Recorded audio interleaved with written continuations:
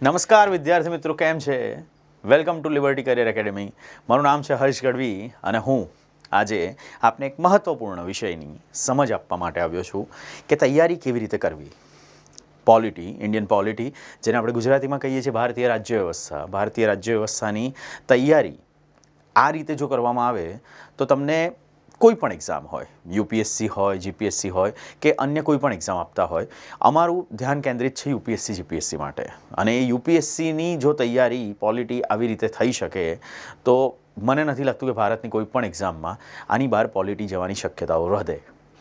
વિદ્યાર્થી માટે એક મૂંઝવતો પ્રશ્ન છે કે કોઈ પણ વિષયની તૈયારીની શરૂઆત ક્યાંથી હોવી જોઈએ, અમે કઈ કઈ ભૂલો કરીએ છીએ એને કેવી રીતે નકારવી જોઈએ, એ ભૂલો ના થાય એના માટે એક પ્રોપર રોડમેપ શું હોવો જોઈએ.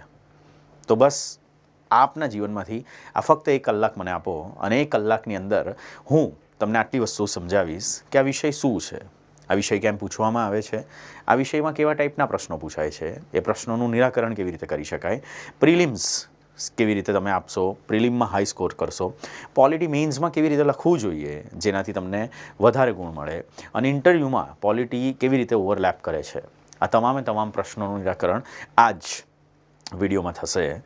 લિબર્ટી કરિયર એકેડમીના આ પ્લેટફોર્મ પર આપ સૌ જોડાયા. હવે આ જીપીએસસી અને યુપીએસસી ફાઉન્ડેશન બેચમાં આપણે પોલિટીનો અભ્યાસ કેવી રીતે કરીએ છીએ અને પોલિટી શું કામ એક હાઈ સ્કોરિંગ વિષય કહેવાય છે. કારણ કે જ્યારે પણ તમે યુપીએસસી ને જીપીએસસી જોશો તો પોલિટી સૌથી વધારે પ્રશ્નોનું ભારાંકર ધરાવતા આવ્યા જ છે. હવે આ ભાર હાઈ રિટર્ન વિષય કેવી રીતે બને? એટલે પ્રશ્નો તો છે જ, એ આપણને ખબર જ છે, પરંતુ એ પ્રશ્નોમાંથી એ પ્રશ્નો સૌથી વધારે વેલ્યુ એડિશન કરી શકે છે તમારા લખાણમાં, એ પ્રશ્નો સૌથી વધારે વેલ્યુ એડિશન કરી શકે છે તમારા પ્રિલિમ્સના સ્કોરમાં. આપે ફક્ત તૈયારીને એક સાચી માર્ગદર્શક દિશા બાજુ લઈ જવાનું છે, અને માર્ગદર્શન હું આજે બનીને આવ્યો છું. માત્ર પુસ્તકો વાંચવાને બદલે તમારે સિલેબસ સમજવો પડશે. કારણ કે જ્યારે બી પોલિટી વાંચતા હોઈએ છીએ ત્યારે આપણે એ વસ્તુ તરફ બહુ જ સભાન રહેવું પડે કે આપણે ભારતના નેક્સ્ટ બિગેસ્ટ પોલિટિશિયન બનવા માટે નથી વાંચી રહ્યા, આપણે સુપ્રીમ કોર્ટના એડવોકેટ બનવા માટે નથી વાંચી રહ્યા, આપણે કોઈ પણ એટલા મોટા ન્યાયવિદ બનવા માટે નથી વાંચી રહ્યા. આપણે ફક્ત પોલિટી વાંચી રહ્યા છે એક પરીક્ષાના સિલેબસ તરીકે. આપણે ફક્ત પોલિટી વાંચી રહ્યા છે જેથી હું જે સરકારી નોકરી મેળવવા માગું છું, જે મારું સ્વપ્ન છે, એ સ્વપ્ન સાકાર થાય. આને કહેવાય સ્ટ્રેટેજી. પોલિટી વિષયની સ્ટ્રેટેજી શું હોવી જોઈએ આજના લેક્ચરમાં આપને ખબર પડશે. તમે સિલેબસ જો નહીં વાંચો ને તો તમને ખબર જ નહીં પડે કે પોલિટીમાંથી શું પૂછાય છે, સિલેબસનું ભારાંક શું છે, કયા કયા મહત્ત્વના છે મુદ્દા છે, આ તમામ વસ્તુ આજના ક્લાસમાં. તો આખા સેશનની આપણી બ્લુપ્રિન્ટ શું રહેશે? આ બ્લુપ્રિન્ટમાં સૌથી પહેલાં આ હાઈ રિટર્ન વિષય કેમ છે એના વિશે હું વાત કરીશ. એના પછી પુસ્તકો માત્ર વાંચવાના નથી પરંતુ સિલેબસને ડીકોડ કરવાનો છે. ડીકોડિંગ એટલે શું? અમુક શબ્દો ત્યાં લખ્યા હશે જે તમે વાસ્તવિક રીતે જ્યારે વાંચવા જાઓ ત્યારે તમને એનો અંદાજ નહીં આવે, પરંતુ એ જ શબ્દો અને એ જ વિષયની અંદરની એનો હાર્દ શું છે, એની વિચારધારા શું છે, આ વિચારધારાને કહેવાય સિલેબસ ડીકોડિંગ. સિલેબસ ડીકોડિંગ હું આપને કરી આપીશ. પીવાયક્યુ કેવી રીતે પરીક્ષકની વિચારસરણી અને વિષયની પ્રાથમિકતા બતાવે છે. પરીક્ષકની વિચારસરણી એટલે જ્યારે પણ તમે કોઈ રાષ્ટ્ર જુઓ, એ રાષ્ટ્રની ભૌગોલિક સીમા જુઓ, એ રાષ્ટ્રની અંદર ભૌગોલિક સીમાનું વાતાવરણ જુઓ, અને આ બધા જ પરથી તમને એની સંસ્કૃતિ ખબર પડશે, ત્યાંના પોશાકો ખબર પડશે, ત્યાંના ભોજન વિશે ખબર પડશે. શું કામ ભારતમાં એક યુનિક પ્રકારના જ કપડાં પહેરવામાં આવે છે? શું કામ ઠંડા પ્રદેશોનો ખોરાક ભારતથી થોડો વિપરીત છે? શું કામ આફ્રિકામાં લોકો બહુ લાંબા હેર ગ્રોથ સાથે નથી જીવન જીવી શકતા? તો આ શું છે? આ એના પરિબળો છે જેને ભૌગોલિક પરિબળો કહેવાય. એવી જ રીતે પાછલા વર્ષના જ્યારે 10 વર્ષના 15 વર્ષના પ્રશ્નોનો આપણે અભ્યાસ કરીએ છીએ ત્યારે એક પરીક્ષક પરીક્ષાર્થીને કયા પ્રશ્નો પૂછવા માગે છે એની વિચારધારા તમને ત્યાંથી ખબર પડશે. સામાન્ય રીતે પહેલી જ મિસ્ટેક વિદ્યાર્થીઓની એ છે કે એમને ભૂતકાળના પ્રશ્નપત્ર જોયા જ નથી, અને જો જોયા છે તો એમને ફક્ત એને વાંચ્યા છે. અને આપણે વાંચવાનું નથી, આપણે એને ડીકોડ કરવાના છે, આપણે એને એનાલાઇઝ કરવાના છે. તો એ માટે હું આજે તમને મદદ કરીશ. બીજું, આ સેશનની બ્લુપ્રિન્ટમાં આ વિષયને પ્રિલિમ, મેઇન્સ અને ઇન્ટરવ્યૂ સાથે એક સાથે કેવી રીતે તૈયાર કરવો, એક સાથે એનો મતલબ એ થયો કે આ એક અલગ સ્ટેજ નથી વિદ્યાર્થીઓ. જ્યારે પણ હું સેશનની અંદર જાઉં છું અને હું વિદ્યાર્થીઓને કહું છું કે યુપીએસસી તમારું સ્વપ્ન હોવું જોઈએ, યુપીએસસીની પરીક્ષા પાસ કરી જ શકાય છે, શક્ય છે, બધાએ કરી છે. વસ્તુ ખાલી માત્ર એ છે કે યુપીએસસી પણ એ જ સિલેબસ પૂછે છે, યુપીએસસી પણ એ જ વિષયો પૂછે છે. એના પછી આવતી સરકારની દરેકે દરેક એક્ઝામ, દરેકે દરેક પરીક્ષા આ જ વિષયો ઉપર નિર્ભિત છે. એટલે તમે જોશો તો હિસ્ટ્રી પૂછે છે, બધા ભૂગોળ પૂછે છે, geography, economy, polity, science and tech, આ જ બધા વિષયોની અંદર મેથ્સ, રિઝનિંગ. જ્યારે દરેક પરીક્ષા લેવાતી હોય તો હું કેમ એક વિષયનો, જો પોલિટી ગુજરાતની બધી જ પરીક્ષાઓમાં લેવાતી હોય, ભારતની બધી જ પરીક્ષાઓમાં લેવાતી હોય, તો હું એક વિષયને ઇન્ટિગ્રેટેડ અપ્રોચમાં એક સાથે બધું જ સમન્વય કરીને, એની વિચારધારા સમજીને, આ પ્રણાલી સમજીને, આ બધા સાથે જ્યારે હું અભ્યાસ કરું છું ત્યારે મારો એક વિષય તૈયાર થાય છે. પછી હું જે પણ એક્ઝામ આપું છું એ એક્ઝામના પ્રશ્નપત્રો આપણે યુપીએસસીના જો આ પ્રશ્નપત્ર જોઈશું અને આ વિષયની તૈયારી કરીશું તો આઈ ચેલેન્જ યુ કે બાકી કોઈ પણ એક્ઝામનો કોઈ પણ પ્રશ્ન એની બહાર નહીં જઈ શકે. એટલે તૈયારી જીવનમાં માત્ર એક વખત થાય અને એ લિબર્ટી જ્યારે ફાઉન્ડેશન લેવલથી કરાવે છે ત્યારે વિદ્યાર્થીઓને હંમેશા કહે છે કે ફાઉન્ડેશન, આ પાયો મજબૂત હોવો જોઈએ.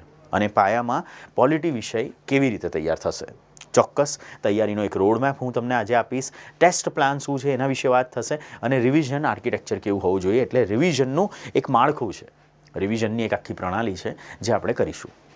જો તમે જોવા જશો તો સૌથી પહેલો ભાગ મેં લીધો છે વાસ્તવિકતા. આપણે સમજવું પડશે કે વિદ્યાર્થીઓની આ સૌથી મોટી ભૂલ છે કે વિદ્યાર્થીઓ માત્ર પોલિટીને વાંચે છે, પરંતુ માત્ર એવા થોડા વિદ્યાર્થીઓ છે જેને માસ્ટર કરે છે. સર, માસ્ટર કેવી રીતે થાય? માસ્ટર થાય આજે જે તે વિષયને તમે જ્યારે વાંચતા હોય ત્યારે વાંચતી વખતે તમારે સમજવું પડે. પોલિટી, એનું નામ છે રાજ્ય વ્યવસ્થા. રાજ્ય વ્યવસ્થા તો અહીંયા બે શબ્દો આવ્યા, એક શબ્દ આવ્યો રાજ્ય, એક શબ્દ આવ્યો વ્યવસ્થા. રાજ્ય એટલે શું? રાજ્ય એટલે સરકાર છે. વ્યવસ્થા એટલે શું? વ્યવસ્થા એ પ્રણાલી છે, સિસ્ટમ છે. સરકાર કેવી રીતે ચાલે છે આ પ્રણાલી વિશે વાત થશે. આપણે કેવી રીતે જીવી રહ્યા છીએ એ પ્રણાલી વિશે વાત થશે. આપણી પાસે કયા કયા અધિકારો છે એના વિશે વાત થશે.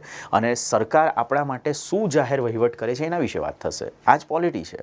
પોલિટી બીજું કશું નથી, પોલિટી તમારી આસપાસ છે. પોલિટી અન્ય કશું જ નથી, પરંતુ પોલિટી તમે રોજ જીવી રહ્યા છો, માણી રહ્યા છો. ન્યૂઝ ચેનલ વાંચો છો, જ્યાં ન્યૂઝપેપર વાંચો છો, ન્યૂઝ ચેનલ જુઓ છો, ત્યારે તમને અંદર પોલિટી જ દેખાય છે.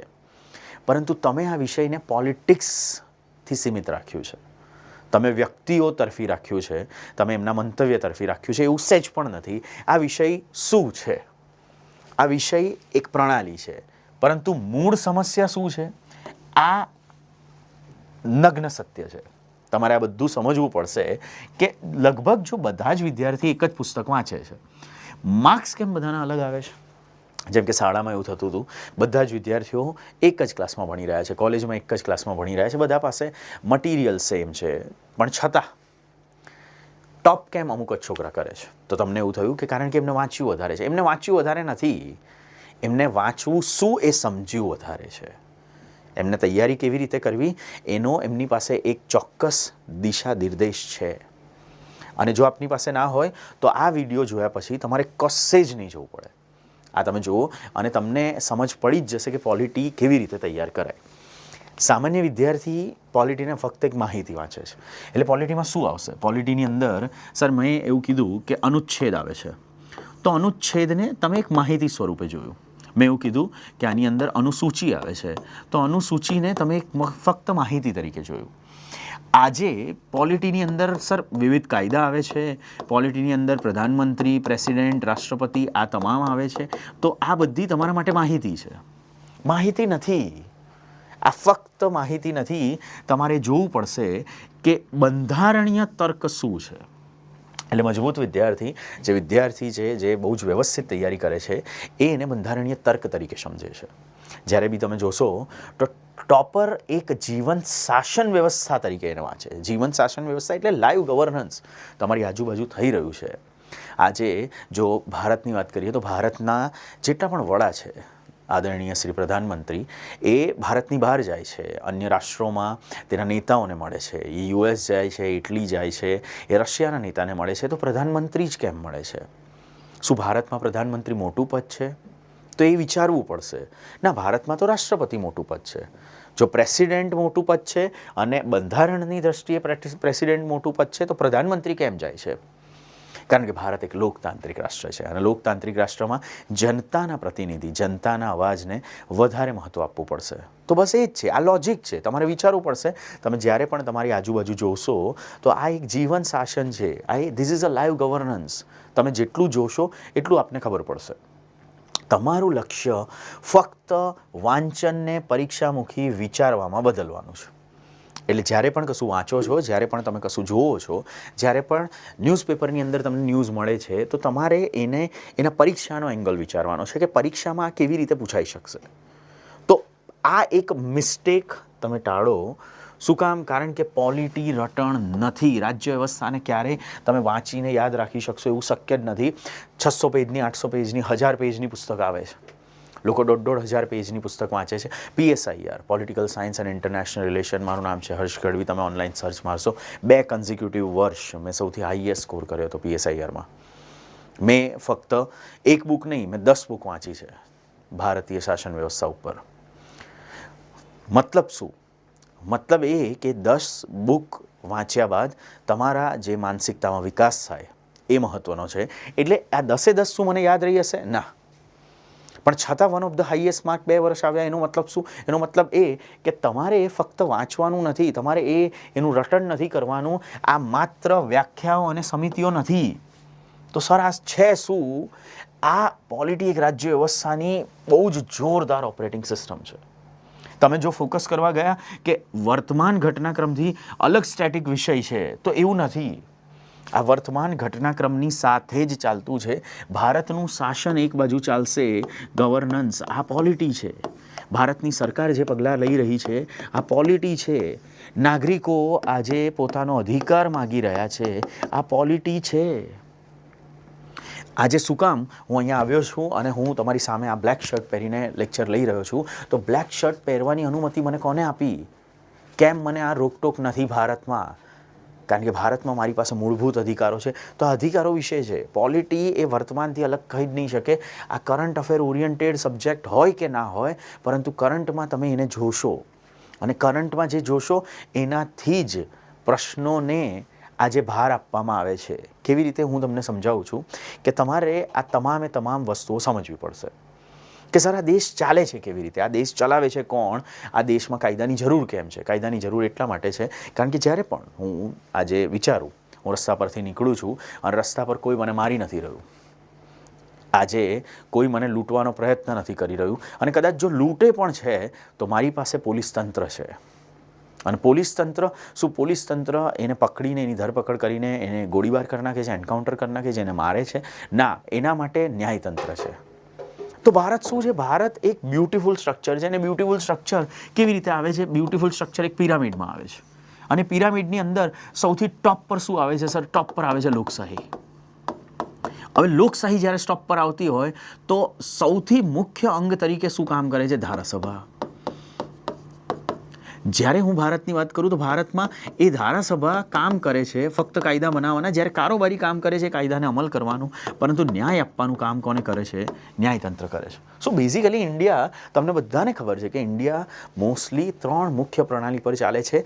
ન્યાયતંત્ર પર ચાલે છે, ધારાસભા પર ચાલે છે અને કારોબારી પર ચાલે છે. આ પહેલો પ્રશ્ન જો તમે સમજ્યા તો હવે ધીમે ધીમે તમારે શું સમજવાનું? ધીમે ધીમે તમારે સમજવાનું છે કે સર બંધારણની કેમ જરૂર પડી? સર ભારતમાં સંસ્થાઓ કેમ છે? શાસન કેવી રીતે ચાલે છે? અમને લોકોને શું અધિકાર મળ્યા છે? શું ફક્ત અધિકાર મળ્યા છે? અમારી કંઈક જવાબદારી છે કે નહીં? સર સંસદ છે, સંસદ શું કરે છે? કોર્ટ કેમ એમાં હસ્તક્ષેપ કરે છે? સંઘવાદી વિવાદ કેમ થાય છે સર? કેમ કેન્દ્રમાં પ્રધાનમંત્રી અને રાજ્યમાં મુખ્યમંત્રી આ બંને વચ્ચે ઘર્ષણ થાય છે? જેમ કે તમિલનાડુમાં આજે વર્તમાનમાં એક એક્ટર છે વિજય તમિલનાડુના મુખ્યમંત્રી બને છે. એવું કહે છે કે મારી પાસે બહુમતી છે, પરંતુ ત્યાંના રાજ્યપાલ એને બેસવા નથી દેતા. હવે રાજ્યપાલ એને શું કામ નથી બેસવા દેતા? કારણ કે એ રાજ્યપાલને એક્ઝેક્ટલી ખબર છે કે આ મારી ઓપોઝિશન પાર્ટીનો પ્રતિનિધિ છે. તો આ વિવાદ થાય છે કેમ? આ તમારે સમજવું પડશે. આ વિષય બીજું કશું નથી, પરંતુ એ ફક્ત એ દેખાડે છે કે પરીક્ષક તમારી પાસે એની અપેક્ષાના નિયમો પાછળનો તર્ક તમે સમજો છો કે નહીં. બહુ એક નાનો ડેમો આપું, અને નાના ડેમોમાં તમે જુઓ કે તમને ખબર છે કે લોકતાંત્રિક રાષ્ટ્રમાં ધારાસભા, જનતાના જે પ્રતિનિધિ છે, જે સંસદમાં બેસે છે, એ લોકો નિર્ણય લે છે. હવે જ્યારે એ લોકો નિર્ણય લે ત્યારે એ નિર્ણયમાં શું છે? એ નિર્ણય એવો છે કે વ્યક્તિગત રીતે જ્યારે ધારાસભા કોઈ પણ કાયદો બનાવે તો એ કાયદાને અમલ કરવાનું કામ એને નથી આપ્યું, એ કાયદાને અમલ કરવાનું કામ તમને લોકોને આપ્યું છે, બ્યુરોક્રેટ્સને. એટલે તમે કાલે ઉઠીને અધિકારી બનશો, તમે કાલે ઉઠીને એક મોટા જ શાસક બનશો, ત્યારે તમને લોકોને કાયદાના અમલીકરણની સત્તા આપી છે, પણ તમને લોકોને કાયદા બનાવવાની સત્તા કેમ નહીં આપી? આ તો વાત એ જ થઈ કે હું જ પેપર કાઢું છું અને હું જ પરીક્ષાર્થી છું. આ તો વાત એ જ થઈ કે મારી જ રેસ છે અને રેસમાં હું જ દોડી રહ્યો છું, હું જ જજ છું. તો આ એક સમતોલની પ્રણાલી નહીં બનાવે. આ શું બનાવશે? આ એક ચીટિંગને પ્રેરણા આપશે, અને ચીટિંગ ના થવી જોઈએ. It is a bad thing. તો સર આપણે કરીશું શું? આપણે કરીશું આપણે એક સ્ટ્રક્ચર બનાવીશું કે ભાઈ જે કાયદા બનાવે ને એનું કામ ફક્ત કાયદા બનાવવાનું છે. તું કાયદાનો અમલ ના કરીશ. અમલીકરણ જે કરશે એટલે બ્યુરોક્રેટ, જેની પાસે સત્તા છે શાસન કરવાની, વહીવટ કરવાની, અમલીકરણ કરવાની, એ ધારાસભા હેઠળ કાયદા નહીં બનાવી શકે. એટલે જે બનાવી રહ્યો છે એ લગાડી નહીં શકે, ને જે લગાડી રહ્યો છે એને બનાવવાની છૂટ નથી. પરંતુ શું આ બંને ભેગા થઈ જાય તો આ બંને ઉપર દેખરેખ રાખવાનું કામ પણ ન્યાયતંત્રનું છે, જ્યાં ભારતના તમામ સામાન્ય નાગરિકનો એક વિશ્વાસ છે. એક શોષિત વર્ગ, એક ગરીબ વર્ગ જ્યારે કોઈ જ અમીર વર્ગને જોવે છે અને એનું શોષણ થઈ રહ્યું છે, અને છતાં એને એક વિશ્વાસ છે કે વાંધો નહીં, કોર્ટમાં જોઈ લઈશ તને. આજે એક્સિડન્ટ થાય છે, આજે ભારતની અંદર કોઈ પણ જગ્યાએ બળાત્કાર થાય છે, ભારતની અંદર મર્ડર થાય છે, આ તમામમાં એક રાહ પર બેઠેલા સામાન્ય માણસને, કે જેની પાસે સંસાધન નથી, જેની પાસે આજે પૈસા નથી, જેની પાસે પોઝિશન નથી, પણ છતાં ભારતનું બંધારણ એને સમાનતા આપે છે, અને સમાનતામાં એને કહે છે કે વાંધો નહીં, તમે ન્યાયતંત્ર પાસે જાઓ. અને એ બહુ વિશ્વાસ સાથે ન્યાયતંત્ર પાસે જાય છે કે વાંધો નહીં, તમે ગમે એટલા અમીર હોય, તમારી ગમે ઓળખાણ હોય, પણ હું આજે કોર્ટમાં આપને પડકારીશ. અને કોર્ટ જ્યારે ચુકાદો આપે છે કે ના, બળાત્કાર થયો, આ ખોટો છે, આજીવન કેદની સજા. જ્યારે કોર્ટ પડકાર આપે છે કે એક્સિડન્ટ થયો, આ ખોટો છે, જેલમાં પૂરી દો આને. જ્યારે કોર્ટ એને પડકારે છે કે ના, ભારતની અંદર સમાનતા છે, કાયદો છે, કાયદાની સર્વોપરિતા રહેશે. આ છે પોલિટી. અને પોલિટી આપણે સમજવું પડશે. જ્યારે ન્યૂઝપેપર વાંચીશું ત્યારે આ વિવાદ સમજવા પડશે. એક્સિડન્ટ, બળાત્કારના નિયમો નથી જોવાના, પરંતુ સર આ જ શાસકો વચ્ચે થાય તો આ જ વસ્તુમાં પોલિટિશિયન્સ આઈએસ આઈપીએસને એવું કે ભાઈ તમારે એ જ કરવાનું જે અમે કહીએ, તો એવું નથી. એ કરશે જે કાયદો છે, એ નહીં કરે જે તમે એને કહેશો. હવે કાયદો કેવી રીતે બને? તો કે કાયદો સંસદથી બને. સંસદ શું કરે છે? સંસદ કાયદા બનાવે છે. કેવી રીતે બનાવે છે? બહુમતીથી બનાવે છે. તો જ્યારે સંસદ બહુમતીથી કાયદો બનાવે છે, તો બહુમતી એટલે શું? બહુ સિમ્પલ સ્ટોરી છે કે આજે એક બસની અંદર તમે જઈ રહ્યા છો, 100 વિદ્યાર્થી અંદર બેઠા છે, અને નક્કી થયું કે આપણે ટૂર માટે એક કોઈ વોટરફોલ આવે છે, તો વોટરફોલ જોવા માટે આપણે ઊભા રહીએ કે નહીં. તો બસની અંદર શિક્ષક વિદ્યાર્થીઓને પૂછે છે કે કોને કોને જવું છે. 10 વિદ્યાર્થીઓએ કીધું અમારે જવું છે, બાકી બધાએ હાથ નહીં ઊંચો કર્યો કે અમારે નથી જવું. પતી ગઈ સ્ટોરી. વોટરફોલ નહીં જવામાં આવે. શું કામ? કારણ કે માઇનોરિટી, લઘુમતી, માત્ર ઓછા નંબર છે કે જે ત્યાં વોટરફોલ જોવા માગે છે, વધારે પડતા નંબર નથી જોવા માગતા. તો આ જ તો છે ભારત. અને સંસદ આ જ તો કરે છે, એ બહુમતીથી પોતાના કાયદા બનાવે છે. પરંતુ સર, ભારતના લોકો કોઈ પણ પક્ષને, કોઈ પણ પ્રતિનિધિને મત આપે, અને જો બહુમતી એમની થઈ જાય કે સંસદ અને કારોબારી ભેગા થઈ જાય, પોલિટિશિયન અને બ્યુરોક્રેટ્સ એક સાથે સાંઠગાંઠ ધરાવે, તો ભારતના લોકોનો એ વિશ્વાસ ન્યાયતંત્ર પર છે. હવે તમને થાય આ તો બધી જ જગ્યાએ છે. બધી જગ્યાએ નથી. તમે જાઓ આજે સાઉદી અરેબિયામાં જે શાસક છે, તેનો રાજા છે, એ જાતે જ કાયદો છે, એ જાતે જ કારોબારી છે, અને પોતે જ ન્યાયતંત્ર છે. તમે જાઓ નોર્થ કોરિયામાં તાનાશાહ કિમ જોંગ ઉન પોતાની મનમરજી પ્રમાણે દેશ ચલાવે છે. તમે જાઓ પાકિસ્તાનમાં ન્યાયતંત્ર નબળું છે. તમે જાઓ શ્રીલંકામાં કાયદાકીય ધારાસભા નબળી છે. તમે જાઓ અફઘાનિસ્તાનમાં આમાંથી કશું જ નથી. ત્યાં ફક્ત આતંકવાદ છે. તો આપણે ભારતની ઉત્ક્રાંતિ વિશે વાત કરવાની છે. પોલિટી ખરેખર આ છે. આપણે એ સમજવાનું છે કે આ ભારત શું છે, આપણે એ સમજવાનું છે કે ભારત કેવી રીતે ચાલે છે. આપણે એ સમજવાનું છે કે અત્યારે જે સમાનતા થાય છે એ સમાનતામાં શું અમને કોઈ ફાયદો થશે. આ છે પોલિટી. આ તૈયારી સંકલ્પ તમારે લેવો પડશે અને સંકલ્પ લીધા બાદ તમારે એ સમજવું પડશે કે સંકલ્પનાત્મક તૈયારીઓ કેવી રીતે થશે, વિશ્લેષણાત્મક તૈયારીઓ કેવી રીતે થશે અને કરંટ ઓરિયન્ટેડ આ તૈયારીઓમાં હું કેવી રીતે એનાલિસિસ કરીશ, હું કેવી રીતે આજે આ ડેડિકેશન કરીશ. તમારે આ કરવું પડશે. જો આ કરશો તો જ તમે સમજશો કે આ બિલ્ડિંગનું મહત્ત્વ શું છે. અત્યારે તો એક નવી સંસદ આવી ચૂકી છે, તો સંસદ છે પણ એ જ છે, ખાલી બિલ્ડિંગ નવી છે. આ ફક્ત જૂની બિલ્ડિંગ છે અને અત્યારે નવી સંસદ પાસે શું પાવર છે એ જ છે જે આની પાસે હતા. શું કામ? કારણ કે આ ત્રણે ત્રણ જે રીતે, જે દૃષ્ટિકોણથી આખો દેશ ચલાવે છે એને આપણે કહીએ છીએ ભારતીય બંધારણ. એટલે ઘણા શિક્ષકો યુટ્યુબ પર, ઘણા શિક્ષકો એમના ક્લાસમાં એવું કહેતા હોય છે કે આપણે બંધારણ ભણીશું. બંધારણ નહીં, આપણે રાજ્ય વ્યવસ્થા ભણીશું, પરંતુ રાજ્ય વ્યવસ્થાના મુખ્ય 3 અંગો બંધારણ ઉપર કાર્ય કરે છે એટલા માટે બંધારણ ભણવાનું છે. પરંતુ આ બંધારણની બહાર ઘણું બધું પૂછાય છે. શું પૂછાય છે સર? Syllabus decoding. સિલેબસ માટે આ વસ્તુ હોવી જોઈએ. સિલેબસ આ યાદી નથી. તમારે સમજવું પડશે કે સિલેબસ આ બાઉન્ડ્રી મેપ છે. બાઉન્ડ્રી મેપ કોનો છે? સિલેબસ આ બાઉન્ડ્રી મેપ છે પરીક્ષા લેવાવાળાનો. એટલે પરીક્ષક આની બહાર તો નહીં જ પૂછી શકે. અને આની બહાર જ્યારે નહીં પૂછે તો પરીક્ષાર્થીને પરીક્ષક શું પૂછશે? યુપીએસસી પ્રિલિમમાં ફક્ત આટલું જ લખે છે. યુપીએસસીનો પ્રિલિમનો સિલેબસ ફક્ત આટલો જ છે. Constitution, political system, panchayati raj, public policy, rights issues, that's it.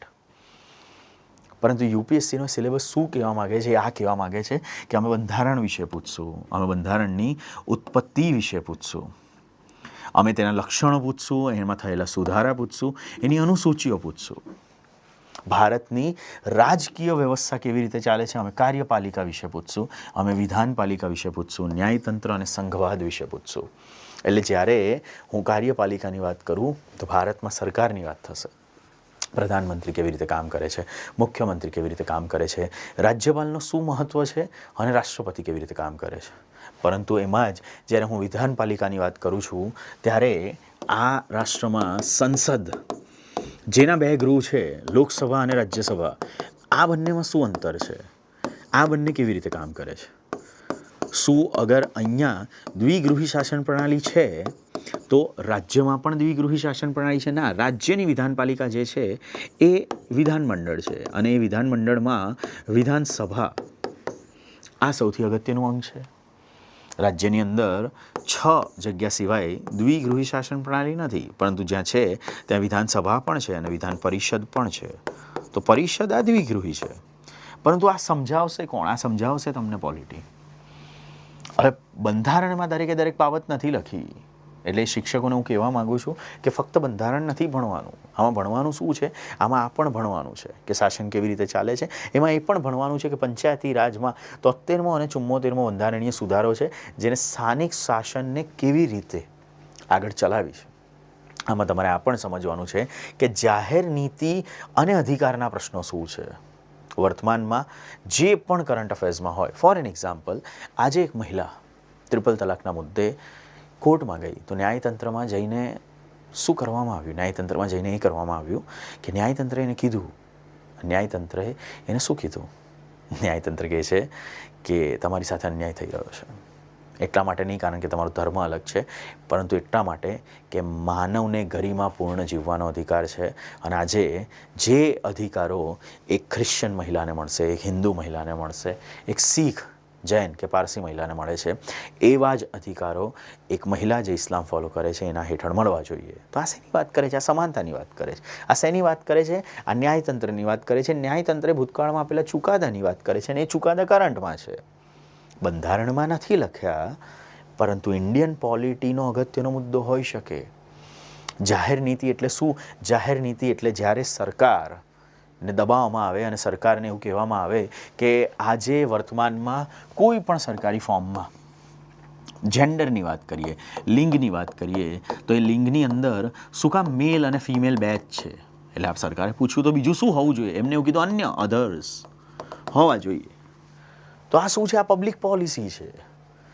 Public policy જે પબ્લિક માટે બની રહી છે ને, જે પબ્લિક આજે સરકાર પર દબાણ રાખી રહી છે, અને દબાણ રાખીને એમને શું કીધું? એમને એવું કીધું કે અમને ત્રીજું પણ આ બોક્સ આપો, અને સરકારે આપ્યું. સરકારે ભૂતકાળની અંદર કૃષિ સંલગ્ન 3 અધિનિયમ બનાવ્યા હતા, અને 3 પાસ કર્યા હતા. પાસ થઈ ગયા હતા, બહુમતી મળી ચૂકી છે લોકસભામાં અને રાજ્યસભામાં, એને બહુમતી મળે છે. પરંતુ છતાં ખેડૂતોના આંદોલનથી, છતાં હરિયાણા અને પંજાબમાં જે બ્લોકેજ થયા, શાંતિપૂર્ણ આંદોલન થયા, નાના મોટા ઘર્ષણ થયા છે, પરંતુ શાંતિપૂર્ણ આંદોલનમાં લોકતાંત્રિક પ્રણાલીમાં લોકોએ વિરોધ કર્યો, અને બનાવેલા કાયદા, જેને બહુમતી મળી ચૂકી છે, રાષ્ટ્રપતિ સાઇન કરી દીધી છે, અને એ કાયદો બની ગયો છે, છતાં સરકારે પાછો ખેંચ્યો. એ છે પોલિટી, એ છે તમારી જાહેર નીતિ. તો આપણે આ તમામ વસ્તુ ન્યૂઝપેપરથી વાંચીશું તો આપણને ખબર પડશે. આપણે એ જોવું પડશે કે એ જ પોલિટીમાં સર મેઇન્સ GS2માં શું છે. મેઇન્સ આ થોડી અલગ સ્ટ્રેટેજી છે. મેઇન્સ શું કરે છે? સ્ટેટિક પોલિટીને ગવર્નન્સ એનાલિસિસમાં બદલે છે. ગવર્નન્સ એનાલિસિસ શું? એટલે શાસક શું કરે છે, શાસન શું છે, અને શાસન આપણે કેવી રીતે કરવું જોઈએ. તો હમણાં જેટલા પણ મેં ઉદાહરણ આપ્યા, ભલે પ્રિલિમના હતા, પરંતુ એ તમામ ઉદાહરણમાં આપણે વર્તમાન કરંટ અફેરની તો વાત કરી. એ તમામ ઉદાહરણમાં આપણે એ તો જોયું કે આ 3 અંગ કેવી રીતે ચર્ચા કરે છે. એ તમામ ઉદાહરણમાં મેં તમને સમજાવ્યું કે ભારતની અંદર આ સમગ્ર પ્રણાલીમાં એકબીજા ઉપર ચેક એન્ડ બેલેન્સ સિસ્ટમ કેવી રીતે રખાય છે. એટલે એ જ ધારાસભા કદાચ ન્યાયતંત્રને કહેશે કે હું કાયદા બનાવું, એ મુજબ તમારે ચાલવાનું, પણ એ જ ન્યાયતંત્ર એવું કહેશે કે વાંધો નહીં, જો કોઈ પોલિટિશિયન છે, કોઈ ધારાસભ્ય છે, અને એ કોઈ ગુનામાં પકડાયો, એને મર્ડર કર્યું, એને બળાત્કાર કર્યું, એને ચોરી કરી, તો અમે એને પણ સજા આપીશું. તો બસ આ જ તો છે, આ જ પોલિટી છે. આપણે અત્યાર સુધી જે બી વાત કરી, આ UPSC GPSCના મેઇન્સ લક્ષી જ વાત કરી.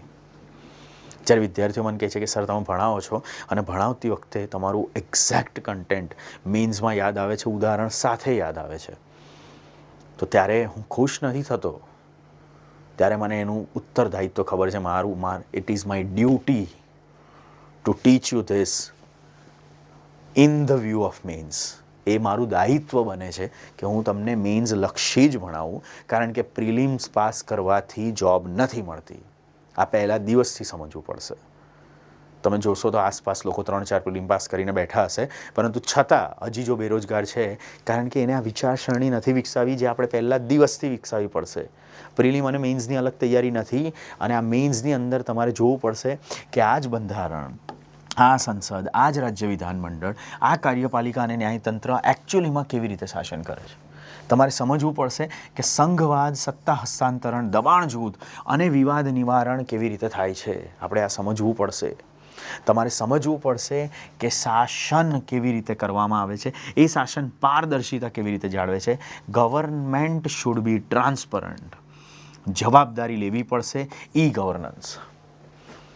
એટલે આજે જ્યારે ખેડૂતોએ દબાણ કર્યું, ત્યારે એ કાયદા, બનાવેલા કાયદા સરકારે કેન્સલ કર્યા છે.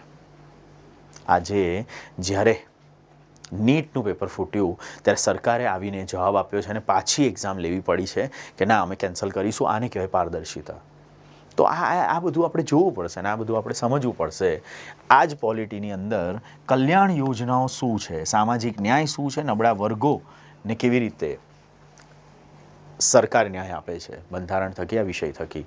એના પ્રશ્નો હું દેખાડીશ, એટલે તમને અંદાજ આવશે કે આખી બુક્સ જેને વાંચી છે ને, એ વિદ્યાર્થી પણ UPSC કે GPSC મેઇન્સના GS2ના આ ક્વેશ્ચન્સ લખી નથી શકતા. તો એ કેવી રીતે લખાશે? તમારે પેટર્ન સમજવી પડશે. જેમ કે GPSCની બહુ સિમ્પલ પેટર્ન છે. 200 માર્ક્સ છે, 180 મિનિટ્સ છે. મેઇન્સમાં ભાષાનું પેપર છે, SS અને GSના પેપર છે. સેમ UPSC જેવી અલાઇન સિસ્ટમમાં આવે છે, પરંતુ GPSC માટે પોલિટી પ્લસ ગુજરાત શાસનનું જ્ઞાન હોવું જરૂરી છે. એટલે જ્યારે આપણે GPSCમાં તમે આખો વિષય સમજ્યા, આ વિષયનો સાર સમજ્યા, તો ગુજરાતલક્ષી શાસન કેવી રીતે ચાલે છે, ગુજરાતના એવા કયા વિશિષ્ટ કાયદાઓ છે, એના ઉપર ચર્ચા કરીશું. જ્યારે ગુજરાતમાં વર્તમાન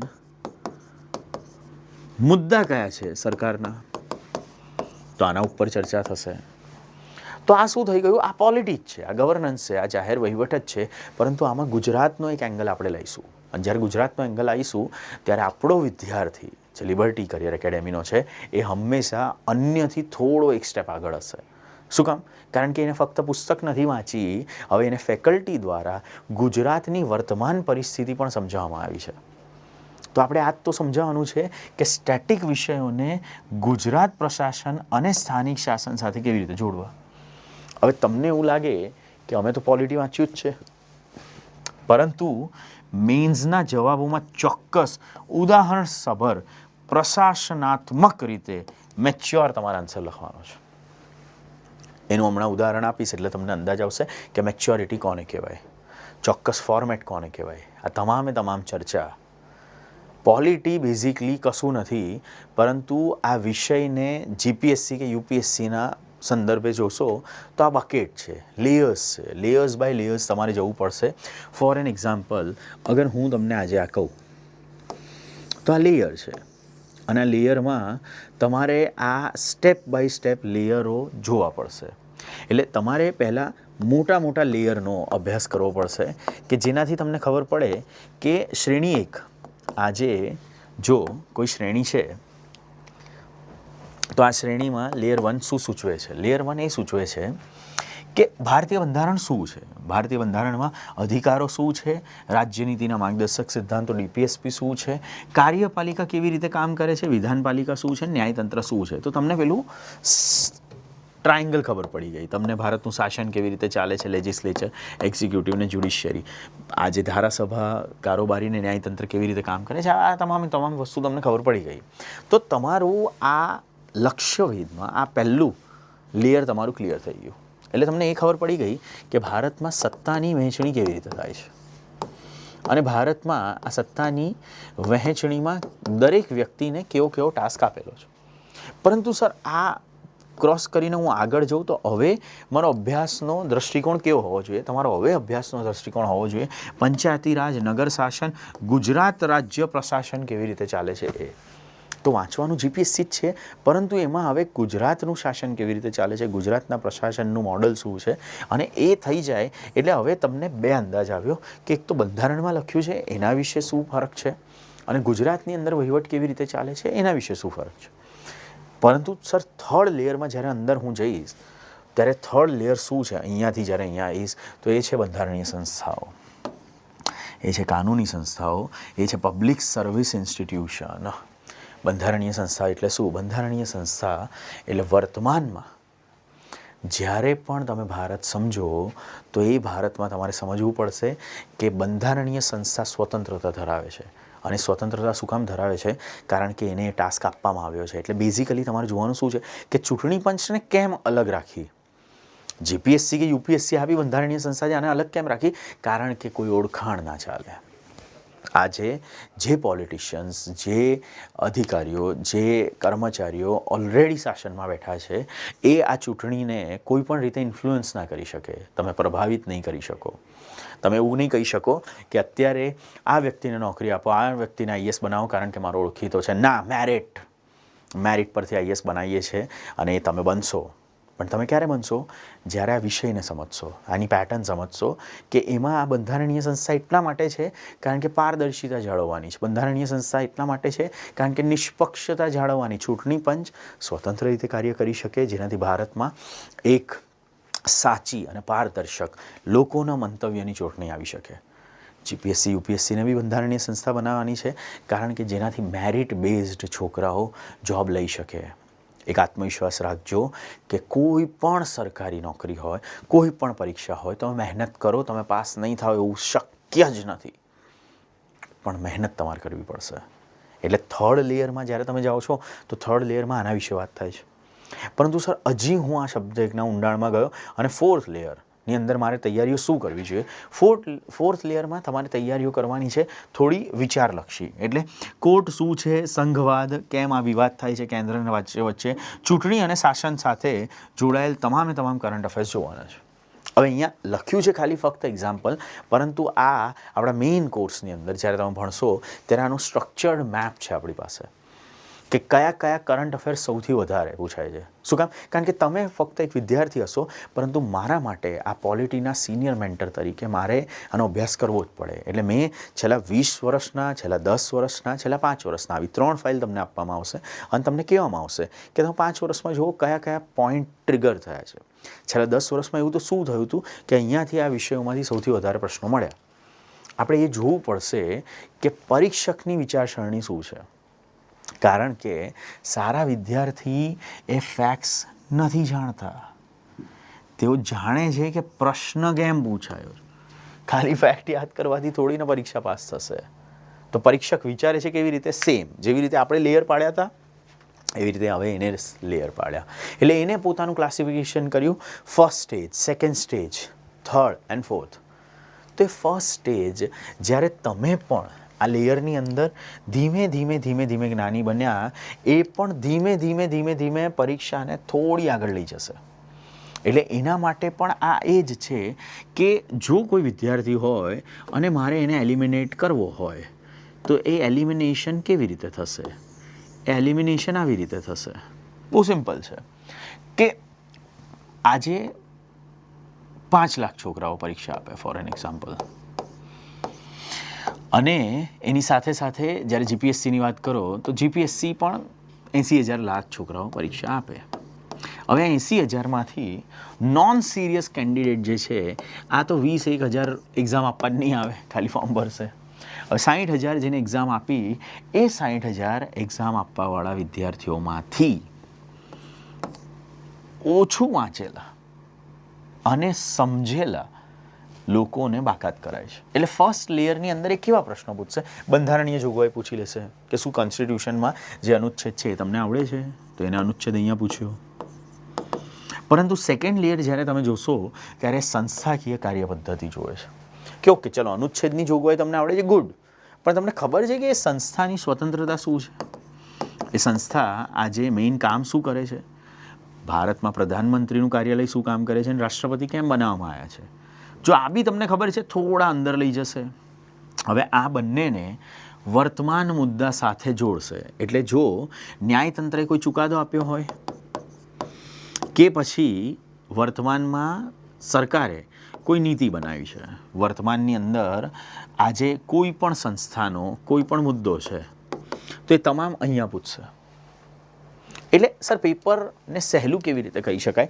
જ્યારે તમને એક જ પ્રશ્ન પૂછ્યો, 4 ઓપ્શન આપ્યા, પતી ગયું. આ પેપર સહેલું છે. પણ એને અઘરું ક્યારે કહી શકાય? જ્યારે આ પ્રશ્નપત્ર છે અને એમાં હવે મેં તમને 2 સ્ટેટમેન્ટ આપ્યા. પહેલું સ્ટેટમેન્ટ અહીંયાનું આપ્યું, બીજું સ્ટેટમેન્ટ અહીંયાનું આપ્યું. તો આ એક વિષય છે. પરંતુ હવે થર્ડ સ્ટેજ શું છે? થર્ડ સ્ટેજ એ છે કે આને હું થોડું અઘરું બનાવીશ એક ત્રીજા વિધાન સાથે. અને ત્રીજું વિધાન શું છે? ત્રીજું વિધાન કરંટ અફેર્સ છે. એટલે પહેલાં બેમાં જો તમને ક્લેરિટી હોય તો આ ત્રીજું તમને કરંટ અફેરથી એલિમિનેટ કરી શકે છે.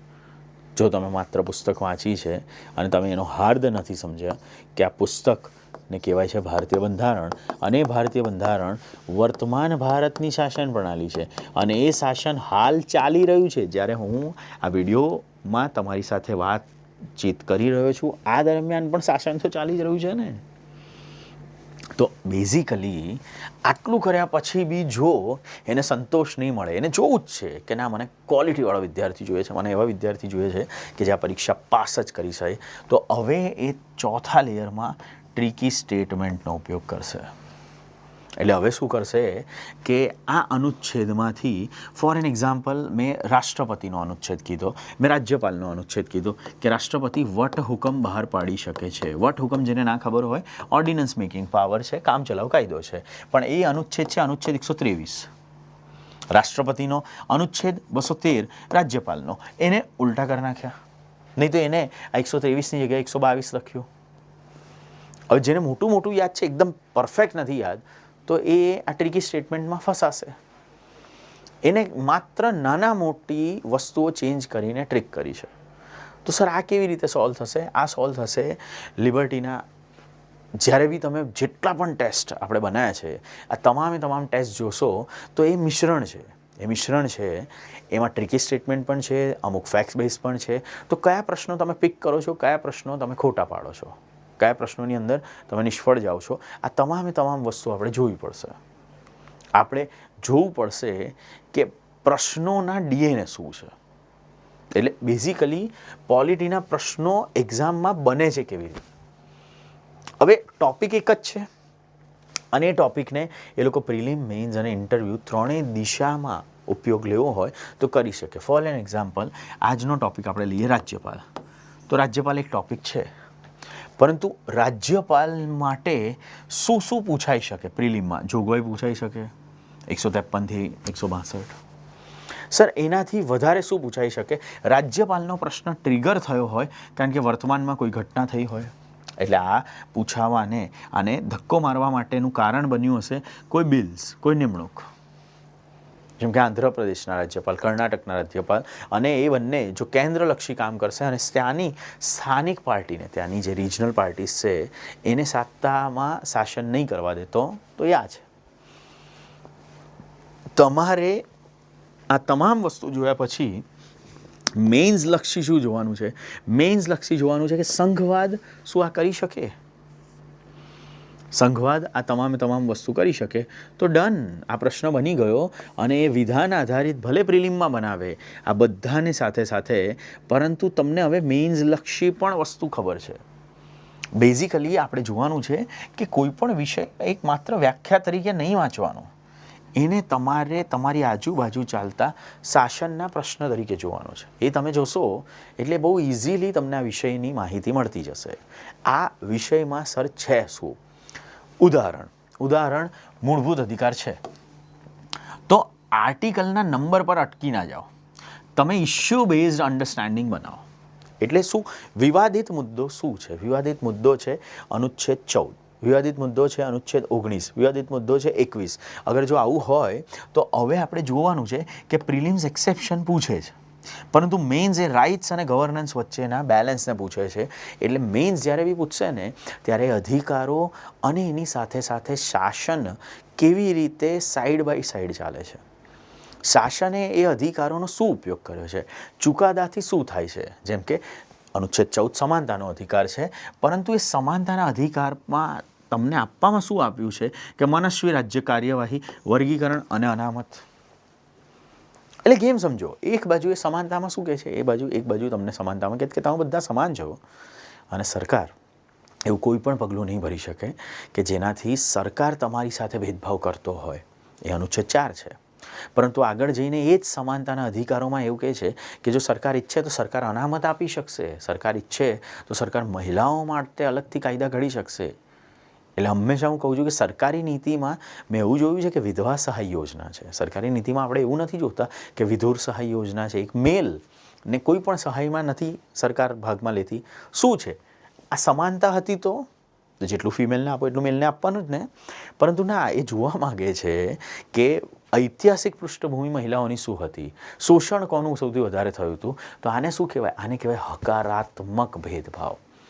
એટલે એને સમાનતા લાવવા માટે એક રેસમાં જેટલા લોકો દોડતા હતા, કારણ કે આપણે બ્રિટિશર પાસેથી આ દેશ લીધો છે ને બ્રિટિશર ગયા પછી આપણે રેડીમેડ દેશ પર બેઠા. હવે બધા રેસમાં દોડતા હતા. સરકારે જોયું કે આ રેસમાં આ પહેલો આગળ દોડે છે અને આ પાછળ દોડે છે. શું કામ? કારણ કે એની પાસે એ સમયે સંસાધન નહોતા, એની ભૌગોલિક પરિસ્થિતિમાં કદાચ જંગલમાં રહેતો હતો. તો સરકારે કીધું તો પછી આપો એસટી આરક્ષણ, અનુસૂચિત જનજાતિ. તો હવે શું થશે? જ્યારે આરક્ષણ મળ્યું ત્યારે તમને એવું થયું એને ફાયદો મળ્યો. ફાયદો નહીં, એને આ રેસમાં થોડો પાછળથી આગળ અહીંયા આવવાનો મોકો મળ્યો. તો આ જ તો છે હકારાત્મક ભેદભાવ. આ અન્ડરસ્ટેન્ડ કરવું પડશે તમારે. જો અન્ડરસ્ટેન્ડિંગ બનાવવી હોય, ઇશ્યુ બેઝ અન્ડરસ્ટેન્ડિંગ બનાવો. તમે ફક્ત આજે અનુચ્છેદો ગોખો નહીં, કારણ કે તમે યુપીએસસી અને જીપીએસસીના વિદ્યાર્થી છો અને તમે ગુજરાતમાં કે ભારતમાં એક ટોપના બ્યુરોક્રેટ બનશો. તો એ અન્ડરસ્ટેન્ડિંગ હોવી જોઈએ કે સરકાર એક બાજુ અનુચ્છેદ 19માં સ્વતંત્રતાની વાત કરે છે, તો એ સ્વતંત્રતામાં મને વાણીની, ઇન્ટરનેટની, વિરોધની, સંગઠનની દરેક સ્વતંત્રતા મળી છે. તો શું હું એવું બોલી શકું કે જેનાથી કોઈની લાગણી દુભાય? શું ઇન્ટરનેટમાં હું જઈને કોઈ પણ વ્યક્તિના અકાઉન્ટમાં કોઈ પણ કમેન્ટ કરી શકું? શું ઇન્ટરનેટનો ઉપયોગ કરીને હું ભારતની અંદર કોઈ પણ પ્રકારે સ્કેમ કરી શકું, ક્રાઇમ કરી શકું? ના. પછી એવું નહીં કહેવાનું કે મારો ફોન, મારી કમેન્ટ, મારું મગજ. આરોપ એ આરોપ છે અને ગુનો એ ગુનો જ છે. વાણીમાં બોલવાની સ્વતંત્રતા છે, એવી નહીં કે કોઈ બીજાની ગરિમા છીનવાઈ જાય. તો આ છે અન્ડરસ્ટેન્ડિંગ. અનુચ્છેદ 21 જ્યારે બી વાત કરે છે જીવન અને સ્વતંત્રતા વિશે, તો એ જીવનને સ્વતંત્રતામાં કેવી સ્વતંત્રતા? પ્રિવસીની, ડિગ્નિટીની, એન્વાયરમેન્ટની. એટલે તમને ગુપ્ત જીવનની સ્વતંત્રતા આપી છે, તમને એક સારા પર્યાવરણની સ્વતંત્રતા આપી છે, તમને ગરિમાપૂર્ણ જીવવાની સ્વતંત્રતા આપી, તમને બધું જ આપ્યું છે. કોને? અમને. પરંતુ સર અનુચ્છેદ 21માં શું બંધારણમાં લખેલું છે? તમે બંધારણ વાંચો ગયા, ખતમ. પરંતુ તમે એક જાણકાર ફેકલ્ટી પાસે ભણોશો તો એ ફેકલ્ટી તમને સમજાવશે કે over the period of time અત્યાર સુધી અનુચ્છેદ 21માં સુપ્રીમ કોર્ટે જે ચુકાદા આપ્યા છે એ ચુકાદાથી અનુચ્છેદ 21 મોટો થતો રહ્યો છે. બંધારણમાં મોટો નથી થયો, પરંતુ ચુકાદામાં મોટો થયો છે. આ કોણ શીખવાડશે? આ તમને એક સારો મેન્ટર શીખવાડશે, નહીં તો તમારું બહુ જ જઘન્ય, તો બહુ જ ઊંડાણપૂર્વકનો અભ્યાસ શીખવાડશે. આને કહેવાય ઇશ્યુ બેઝ અન્ડરસ્ટેન્ડિંગ. તમારે કરવું પડશે, અને આ તમે જાતે કરો કે કોઈની મદદથી કરો, પણ આપણે કરવું પડશે. એક બીજું ઉદાહરણ, રાજ્યપાલ. હવે રાજ્યપાલ છે તો જ્યારે વિષય સંઘવાદને સ્પર્શે ને એટલે મહત્વપૂર્ણ છે. સંઘવાદ એટલે શું? બેઝિકલી બહુ સિમ્પલ ગેમ સમજો કે આજે ભારતની અંદર એક કેન્દ્ર છે અને એ કેન્દ્રની નીચે રાજ્ય કામ કરે છે. ભારતમાં કેન્દ્ર પ્રધાનમંત્રી ચલાવે છે અને રાજ્ય મુખ્યમંત્રી ચલાવે છે. કેન્દ્ર છે એ રાષ્ટ્રપતિ છે અને આ જે રાજ્ય છે એ રાજ્યપાલ છે. હવે આ બંને વચ્ચેના ઘર્ષણ, આ બંને વચ્ચેના અન્ય પ્રકારો, આ બંને વચ્ચે જે બી છે એ સત્તાની વહેંચણી કેવી રીતે કરી છે? આ જ તો છે પોલિટી, અને એ જ તો સંઘવાદ છે. તો રાજ્યપાલ આવે છે, કેન્દ્રનો માણસ, કામ કરે છે રાજ્યમાં, માણસ છે કેન્દ્રનો, રાષ્ટ્રપતિ આધીન કામ કરે છે. અને રાષ્ટ્રપતિ જો આજે ઈચ્છે તો રાષ્ટ્રપતિ પોતાના અંગત લાભ માટે એનો ઉપયોગ કરી શકે. તો આ થયો ઇશ્યુ. તો સર સ્ટેટિકમાં કેવી રીતે પૂછાય? આ હવે મેથડ સમજવી પડશે. આ એક એક્ઝામ્પલ લઉં છું. હું એક્ઝામ્પલ સાથે કેમ સમજાવું છું? કારણ કે વિદ્યાર્થીઓને સમજ પડે બે વસ્તુ, કે વિષયને જોવાય કેવી રીતે, અને વિદ્યાર્થીઓને બીજી સૌથી વધારે સમજ પડે કે લિબર્ટી કરિયર એકેડેમીના મેન્ટર્સ તમને કેવી રીતે હેલ્પ કરી શકશે. બસ આ જ છે સ્ટેટિક. સ્ટેટિકની અંદર તમને પૂછાશે નિમણૂક, પૂછાશે કે નિમણૂક કેવી રીતે થાય છે, એની પાસે સત્તા શું છે, એનો કયો વિશેષાધિકાર છે, ડિસ્ક્રિશન પાવર કયા છે, વટહુકમ બહાર પાડી શકે છે કે નહીં, અને વિધેયકને મંજૂરી આપી શકે, બિલ એસેન્ટ, વિધેયકને મંજૂરી આપી શકે છે કે નહીં. બસ એના વિશે વાત છે. પરંતુ કરંટમાં કોઈ એવા વિધેયકમાં મંજૂરી આપવામાં વિલંબ થયો હશે? કરંટમાં શું થયું હશે? Floor test. ફ્લોર ટેસ્ટ એટલે શું? જ્યારે PM બનાવવા માટે બંધારણ એવું કહે છે કે સંસદમાં તમને બહુમતીની જરૂર છે, તો સંસદની એ બહુમતી આ ફ્લોર ટેસ્ટથી મળે છે. તો આ રહ્યો ફ્લોર ટેસ્ટ. તો ફ્લોર ટેસ્ટ, નિમણૂક, સેન્ટર સ્ટેટ ટેન્શન. એટલે આજે કેન્દ્ર અને રાજ્યમાં શું કામ ટેન્શન આવ્યા? કેમ આજે પ્રધાનમંત્રી અને તમિલનાડુનો CM વિજય, ધ એક્ટર વિજય, આના વચ્ચે આ ઘર્ષણનું કેન્દ્ર શું હોઈ શકે છે? બે અલગ વિચારધારા, બે અલગ પાર્ટી, બે અલગ રાજકીય નેતા. એટલે બંને પોતપોતાની સત્તાઓ, બંને આ સત્તાના પ્રદર્શનમાં ઘર્ષણમાં ઉતર્યા જ. તો આ કરંટનો મુદ્દો છે.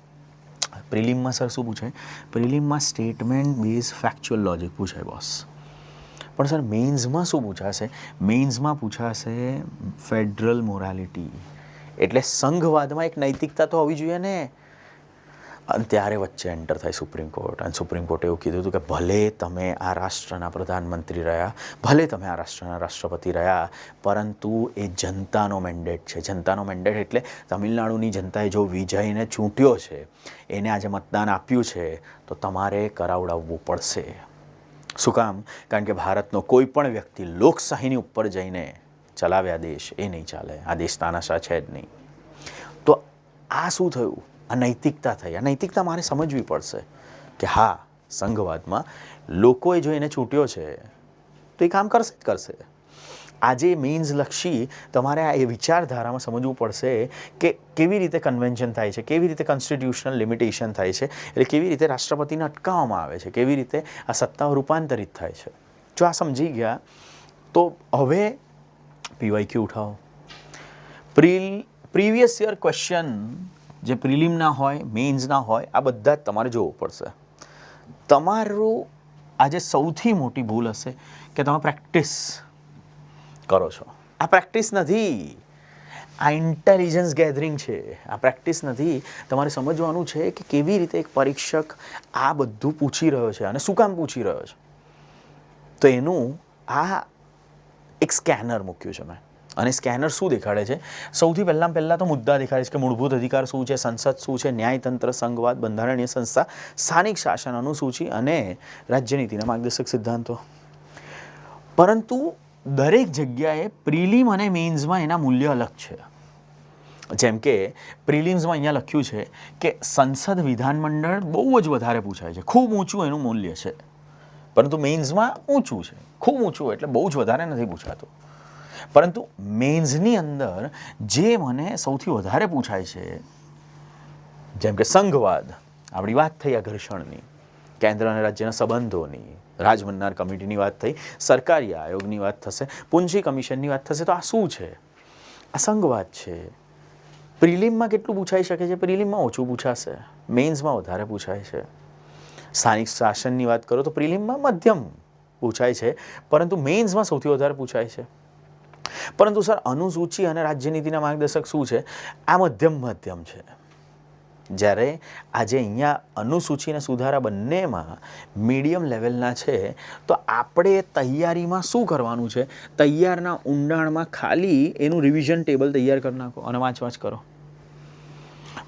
પરંતુ અમુક મુદ્દા જેમ કે મૂળભૂત અધિકારો બંને જગ્યાએ સૌથી વધારે પૂછાય છે.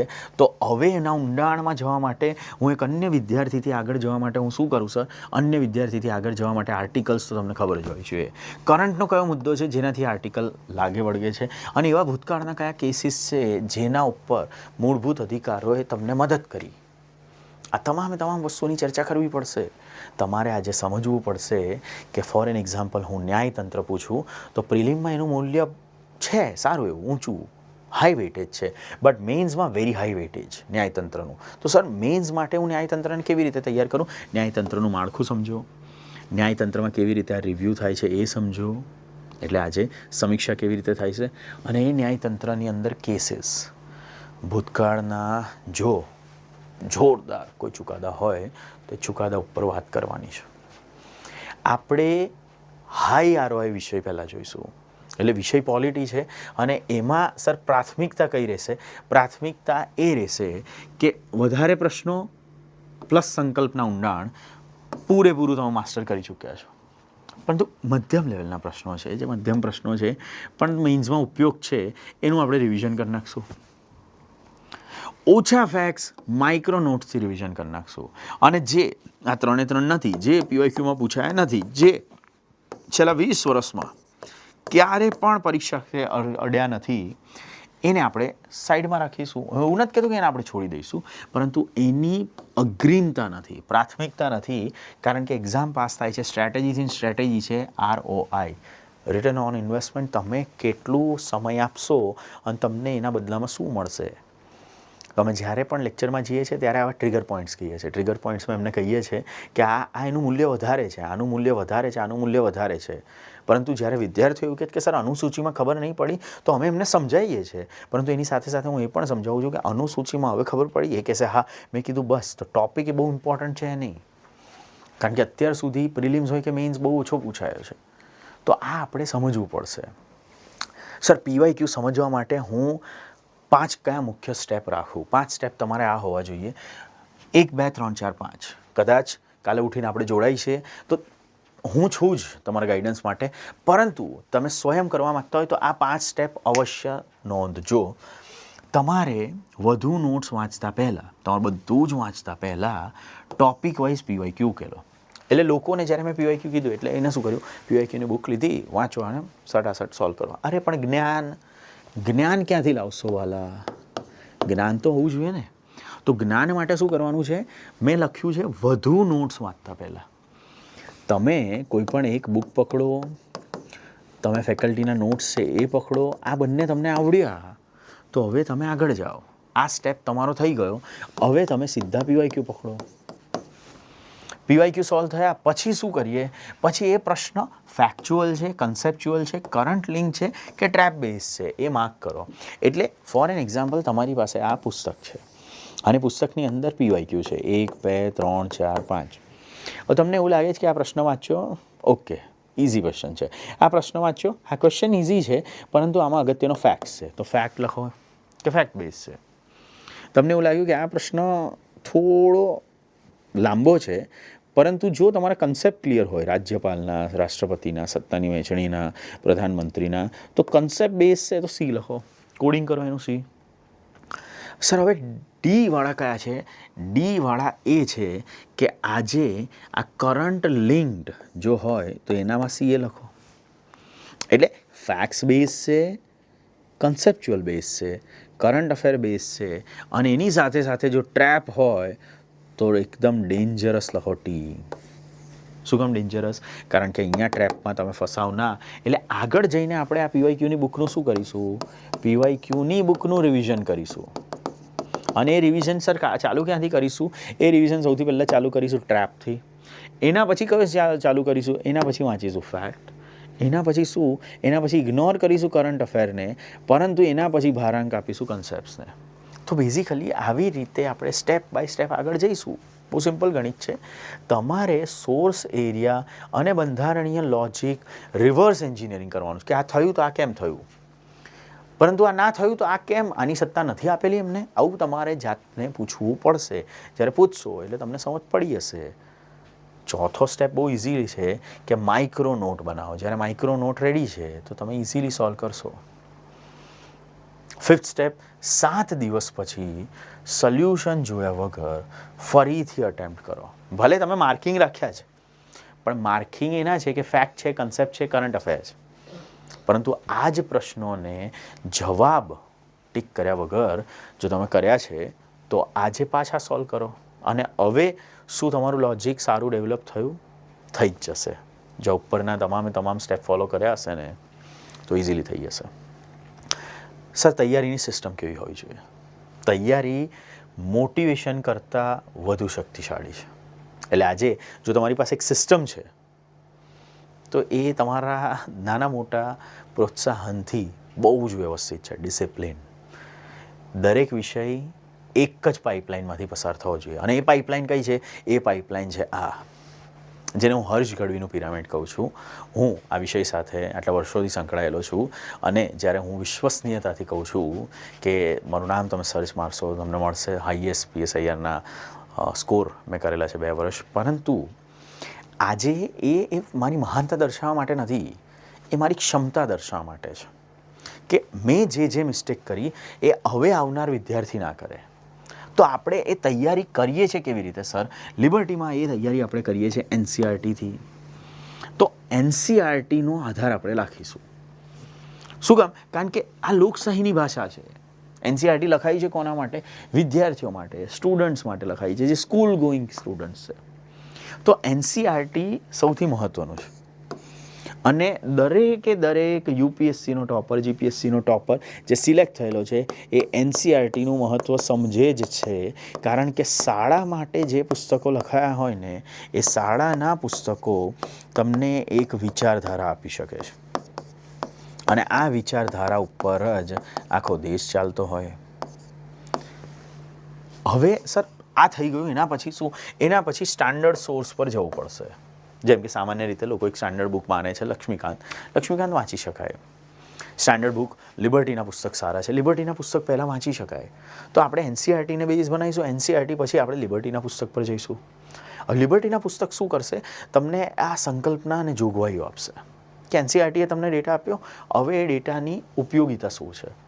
જો NCERT થઈ ગયું, સ્ટાન્ડર્ડ બુક થઈ ગયું, હવે શું કરીએ? હવે સીધા જઈએ PYQના એનાલિસિસ પર. PYQ વિશ્લેષણ કરવું પડશે. પરીક્ષક કઈ પેટર્નમાં કયા ટોપિકમાંથી સૌથી વધારે પૂછે છે એ જોઈશું. એના પછી શું જોઈશું? એના પછી જોઈશું current affairs. Current affair important છે. તો કરંટ અફેર તમે જુઓ શાસન સાથે કેવી રીતે જોડાણ થાય છે, કેવી રીતે આ પ્રશ્નો સત્તા સાથે જોડાય છે, કેવી રીતે બંધારણે જે શક્તિ આપી છે એનો ઉપયોગ સત્તા મંડળ કરી રહ્યા છે, આ આપણે જોઈશું. પછી શું જોવાનું છે? પછી આપણે આન્સર રાઇટિંગ પર જવાનું છે. જવાબ લેખન એટલે જવાબ લેખન કેવી રીતે થાય છે, કયા દૃષ્ટિકોણથી થાય છે. એટલે મેન્સ, ગુણવત્તા, ઉદાહરણો અને નિષ્કર્ષ, જો આ બધું જ તમે એક હાથમાં વ્યવસ્થિત લખી શક્યા, ડીલ ઇઝ ડન. ઇઝીલી આ સોલ્વ થશે. સર વાંચવાનું શું? સ્ત્રોત બહુ સિમ્પલ છે, આ રિસોર્સિસ સિમ્પલ છે, મર્યાદિત રાખો. આ વારંવાર કહી રહ્યો છું. આમાં ભૂલા પડ્યા, તમે આ નામ અને આ ચહેરો યાદ કરશો કે હા અમારી ભૂલ થઈ. મર્યાદિત રાખો, રિવિઝનની સંખ્યા વધારો. Limited source, multiple revision, greater retention. જેટલું વસ્તુ વધારે યાદ રહેશે એટલી વસ્તુઓ આસાન થશે. એટલે એનસીઆરટી જે પોલિટિકલ સાયન્સની ભાષા છે એ તમે પહેલાં સમજો કે રાજનૈતિક વિજ્ઞાન કેવી રીતે આવે છે, રાજકીય વિજ્ઞાન શું છે. તો ભાષાને લોકશાહી તમે સમજ્યા? યસ, સમજ્યા. તો આગળ હવે સ્ટાન્ડર્ડ બુક છે, લિબર્ટીની પુસ્તક છે, લક્ષ્મીકાંત છે, આ બધાનું એક સ્ટાન્ડર્ડ કવરેજ કરો. એના પછી સત્તાવાર રીતે યુપીએસસી જીપીએસસીના ટોપિક વાઇઝ જે એનાલિસિસ કરેલા છે એ પીવાયક્યુ તમે સોલ્વ કરો. એના પછી સર કરંટ અફેરમાં એવા તો કોઈ ચુકાદા છે, એવા તો કોઈ બંધારણીય ઘર્ષણ છે, બંધારણીય ચર્ચાઓ છે, એના વિશે વાત કરીશું. એ થઈ જાય એના પછી ક્લાસ નોટ. ક્લાસ નોટ શું છે? ક્લાસ નોટની અંદર તમને ફ્લો ચાર્ટ આપવામાં આવશે. ક્લાસ નોટ એકદમ એક્ઝામ લક્ષી બનાવવામાં આવે છે. એટલે લિબર્ટીની ક્લાસ નોટ જ્યારે તમે વાંચશો ત્યારે તમને એ ફેકલ્ટીનો આખો હાર્દ સમજ પડશે. અને એ હાર્દમાં આપણે શું સમજાવીશું કે આ ઉપરનું બધું ઇમ્પોર્ટન્ટ છે, પરંતુ આ બધા સમજવા માટે જે વિચારધારા વિકસાવવાની છે એ નોટ્સથી વિકસશે અને એ એક્ઝામ લક્ષી જ લખાવવામાં આવશે. સર લક્ષ્મીકાંત અગર અમે વાંચતા હોય, કોઈ પણ સ્ટાન્ડર્ડ બુક વાંચતા હોય અમે લિબર્ટીની, તો અમે કેવી રીતે વાંચીશું?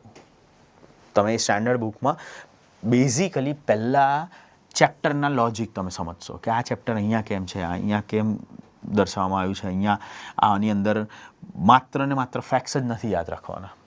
પરંતુ જ્યારે બીજું વાંચન કરો ત્યારે એ ચેપ્ટરમાં જે પણ સત્તાઓ દેખાડી છે, મર્યાદાઓ દેખાડી છે, આ જેટલા પણ એક્સેપ્શન્સ છે, આ બધા અપવાદો વિશે ચર્ચા કરવાની. તમે આર્ટિકલ, અનુચ્છેદ કયા કયા છે એના વિશે ચર્ચા થશે. ત્રીજું વાંચન શેનું હોવું જોઈએ? ત્રીજું વાંચન હોવું જોઈએ આજે ટેબલ્સનું, ફ્લો ચાર્ટનું. સર ચોથું વાંચન અમે શેનું કરીએ? ચોથું વાંચન તમે કરશો પીવાયક્યુ બેઝ રિવિઝનનું. એટલે પુસ્તક એ જ છે, પરંતુ એ પુસ્તક સાથે પીવાયક્યુ આપણે જોડીશું. નિયમ શું છે સર? 4 ચેપ્ટર એકવાર કરતાં એક ચેપ્ટર 4 વાર જો કરેલા હોય ને, આ સિમ્પલ નિયમ છે.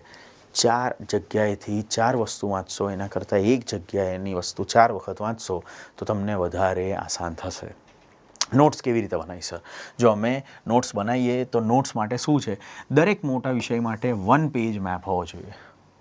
એટલે વિષય છે તો એનો અનુચ્છેદ, એનો કન્સેપ્ટ, એનો કેસ, એનું કરંટ એક્ઝામ્પલ અને પીવાયક્યુ ટ્રેક, આ બધું એક જ પેજમાં જો આવી જાય તો પતી ગયું. તમને કોઈની જરૂર નથી. તમારી આખી તૈયારીમાં હવે તમારે આવા કાગળ જ ભેગા કરવાના છે. 50 ટોપિક છે તો 50 જ પેજ થશે. એક વિષયના 50, એવા 10 વિષય છે, 10 વિષય છે 50, 500. હવે એ 500 જ વાંચ્યા કરો. એકદમ ઇઝીલી બનશે નોટ્સ. અને નોટ્સ શું છે? કમ્પેરિઝન ટેબલ તમે વાપરો. કમ્પેરિઝન ટેબલ એટલે રાષ્ટ્રપતિ અને રાજ્યપાલનું એક ટેબલ બનાવી દો, સર્વોચ્ચ ન્યાયાલય, ઉચ્ચ ન્યાયાલયનું ટેબલ બનાવી દો. આજે મની બિલ અને ઓર્ડિનરી બિલ એટલે આજે નાણાં વિધેયક શું છે અને સામાન્ય વિધેયક શું છે એના વિશે ચર્ચા કરી નાખો. આ બધું થાય એટલે બહુ સિમ્પલ છે. પીવાયક્યુમાંથી રોંગ સ્ટેટમેન્ટની અલગથી નોટબુક તૈયાર કરો. કારણ કે જાણી જોઈને તમને ટ્રિક કરવા માટે, તમને ટ્રેપ કરવા માટે, તમને મૂંઝવવા માટે આ બધું અંદર ઉમેરવામાં આવે છે. કરંટ અફેર કેવી રીતે થાય સર? આ વિષયમાં કરંટ અફેરમાં સામાન્ય રીતે સર્વોચ્ચ ન્યાયાલય જે ચુકાદા આપશે એ આવશે, એના અનુચ્છેદ આવશે, એને લગતા કોઈ સિદ્ધાંત આવશે, આ જ બધી ચર્ચા થાય. જો ચૂંટણી ચાલતી હોય તો ચૂંટણી પંચ લગતા આજે સુધારાઓ આવશે. આરપીએ, રિપ્રેઝન્ટેશન ઓફ પીપલ્સ એક્ટ શું કહે છે, જનપ્રતિનિધિત્વ ધારો શું છે, બંધારણીય નૈતિકતા શું છે, આના વિશે આપણે ચર્ચા કરીશું. જ્યારે બી જોશો સેન્ટર સ્ટેટ ડિસ્પ્યુટ, તો આજે કેન્દ્ર અને રાજ્યના સંબંધોમાં શું ઘર્ષણ છે, શું વિવાદ છે, એના વિશે ચર્ચા થશે. જ્યારે બી તમે જોશો ફેડરલિઝમ, ફિનાન્સ અને ઇન્સ્ટિટ્યુશન, તો આજે સંઘવાદ શું છે, નાણાકીય સત્તા કેવી રીતે વહેંચાય છે અને આ વહીવટને સંસ્થાકીય ભાગ કેવી રીતે આપે છે. સર આખું આ બધું અમે કરી નાખ્યું. હવે એમસીક્યુ કેવી રીતે સોલ્વ કરીએ હવે અહીંયા સુધી આ વિડીયોમાં હવે તમને થાક લાગવા માંડ્યો છે. હવે તમને એવું થયું કે બસ હવે જતા રહીએ. હવે જ તો આ વિડીયો મેઇન તમને સમજાવશે કે પરીક્ષા કેવી રીતે પાસ થશે. અત્યાર સુધી તો વિષય કેવી રીતે તૈયાર કરવો એના વિશે વાત હતી, પરંતુ હવે પરીક્ષા કેવી રીતે પાસ કરીશું, પરીક્ષામાં પાસ કરીશું MCQ સોલ્વ કરવાથી. હવે MCQ પ્રિલિમના હોય તો કેવી રીતે સોલ્વ થાય સર?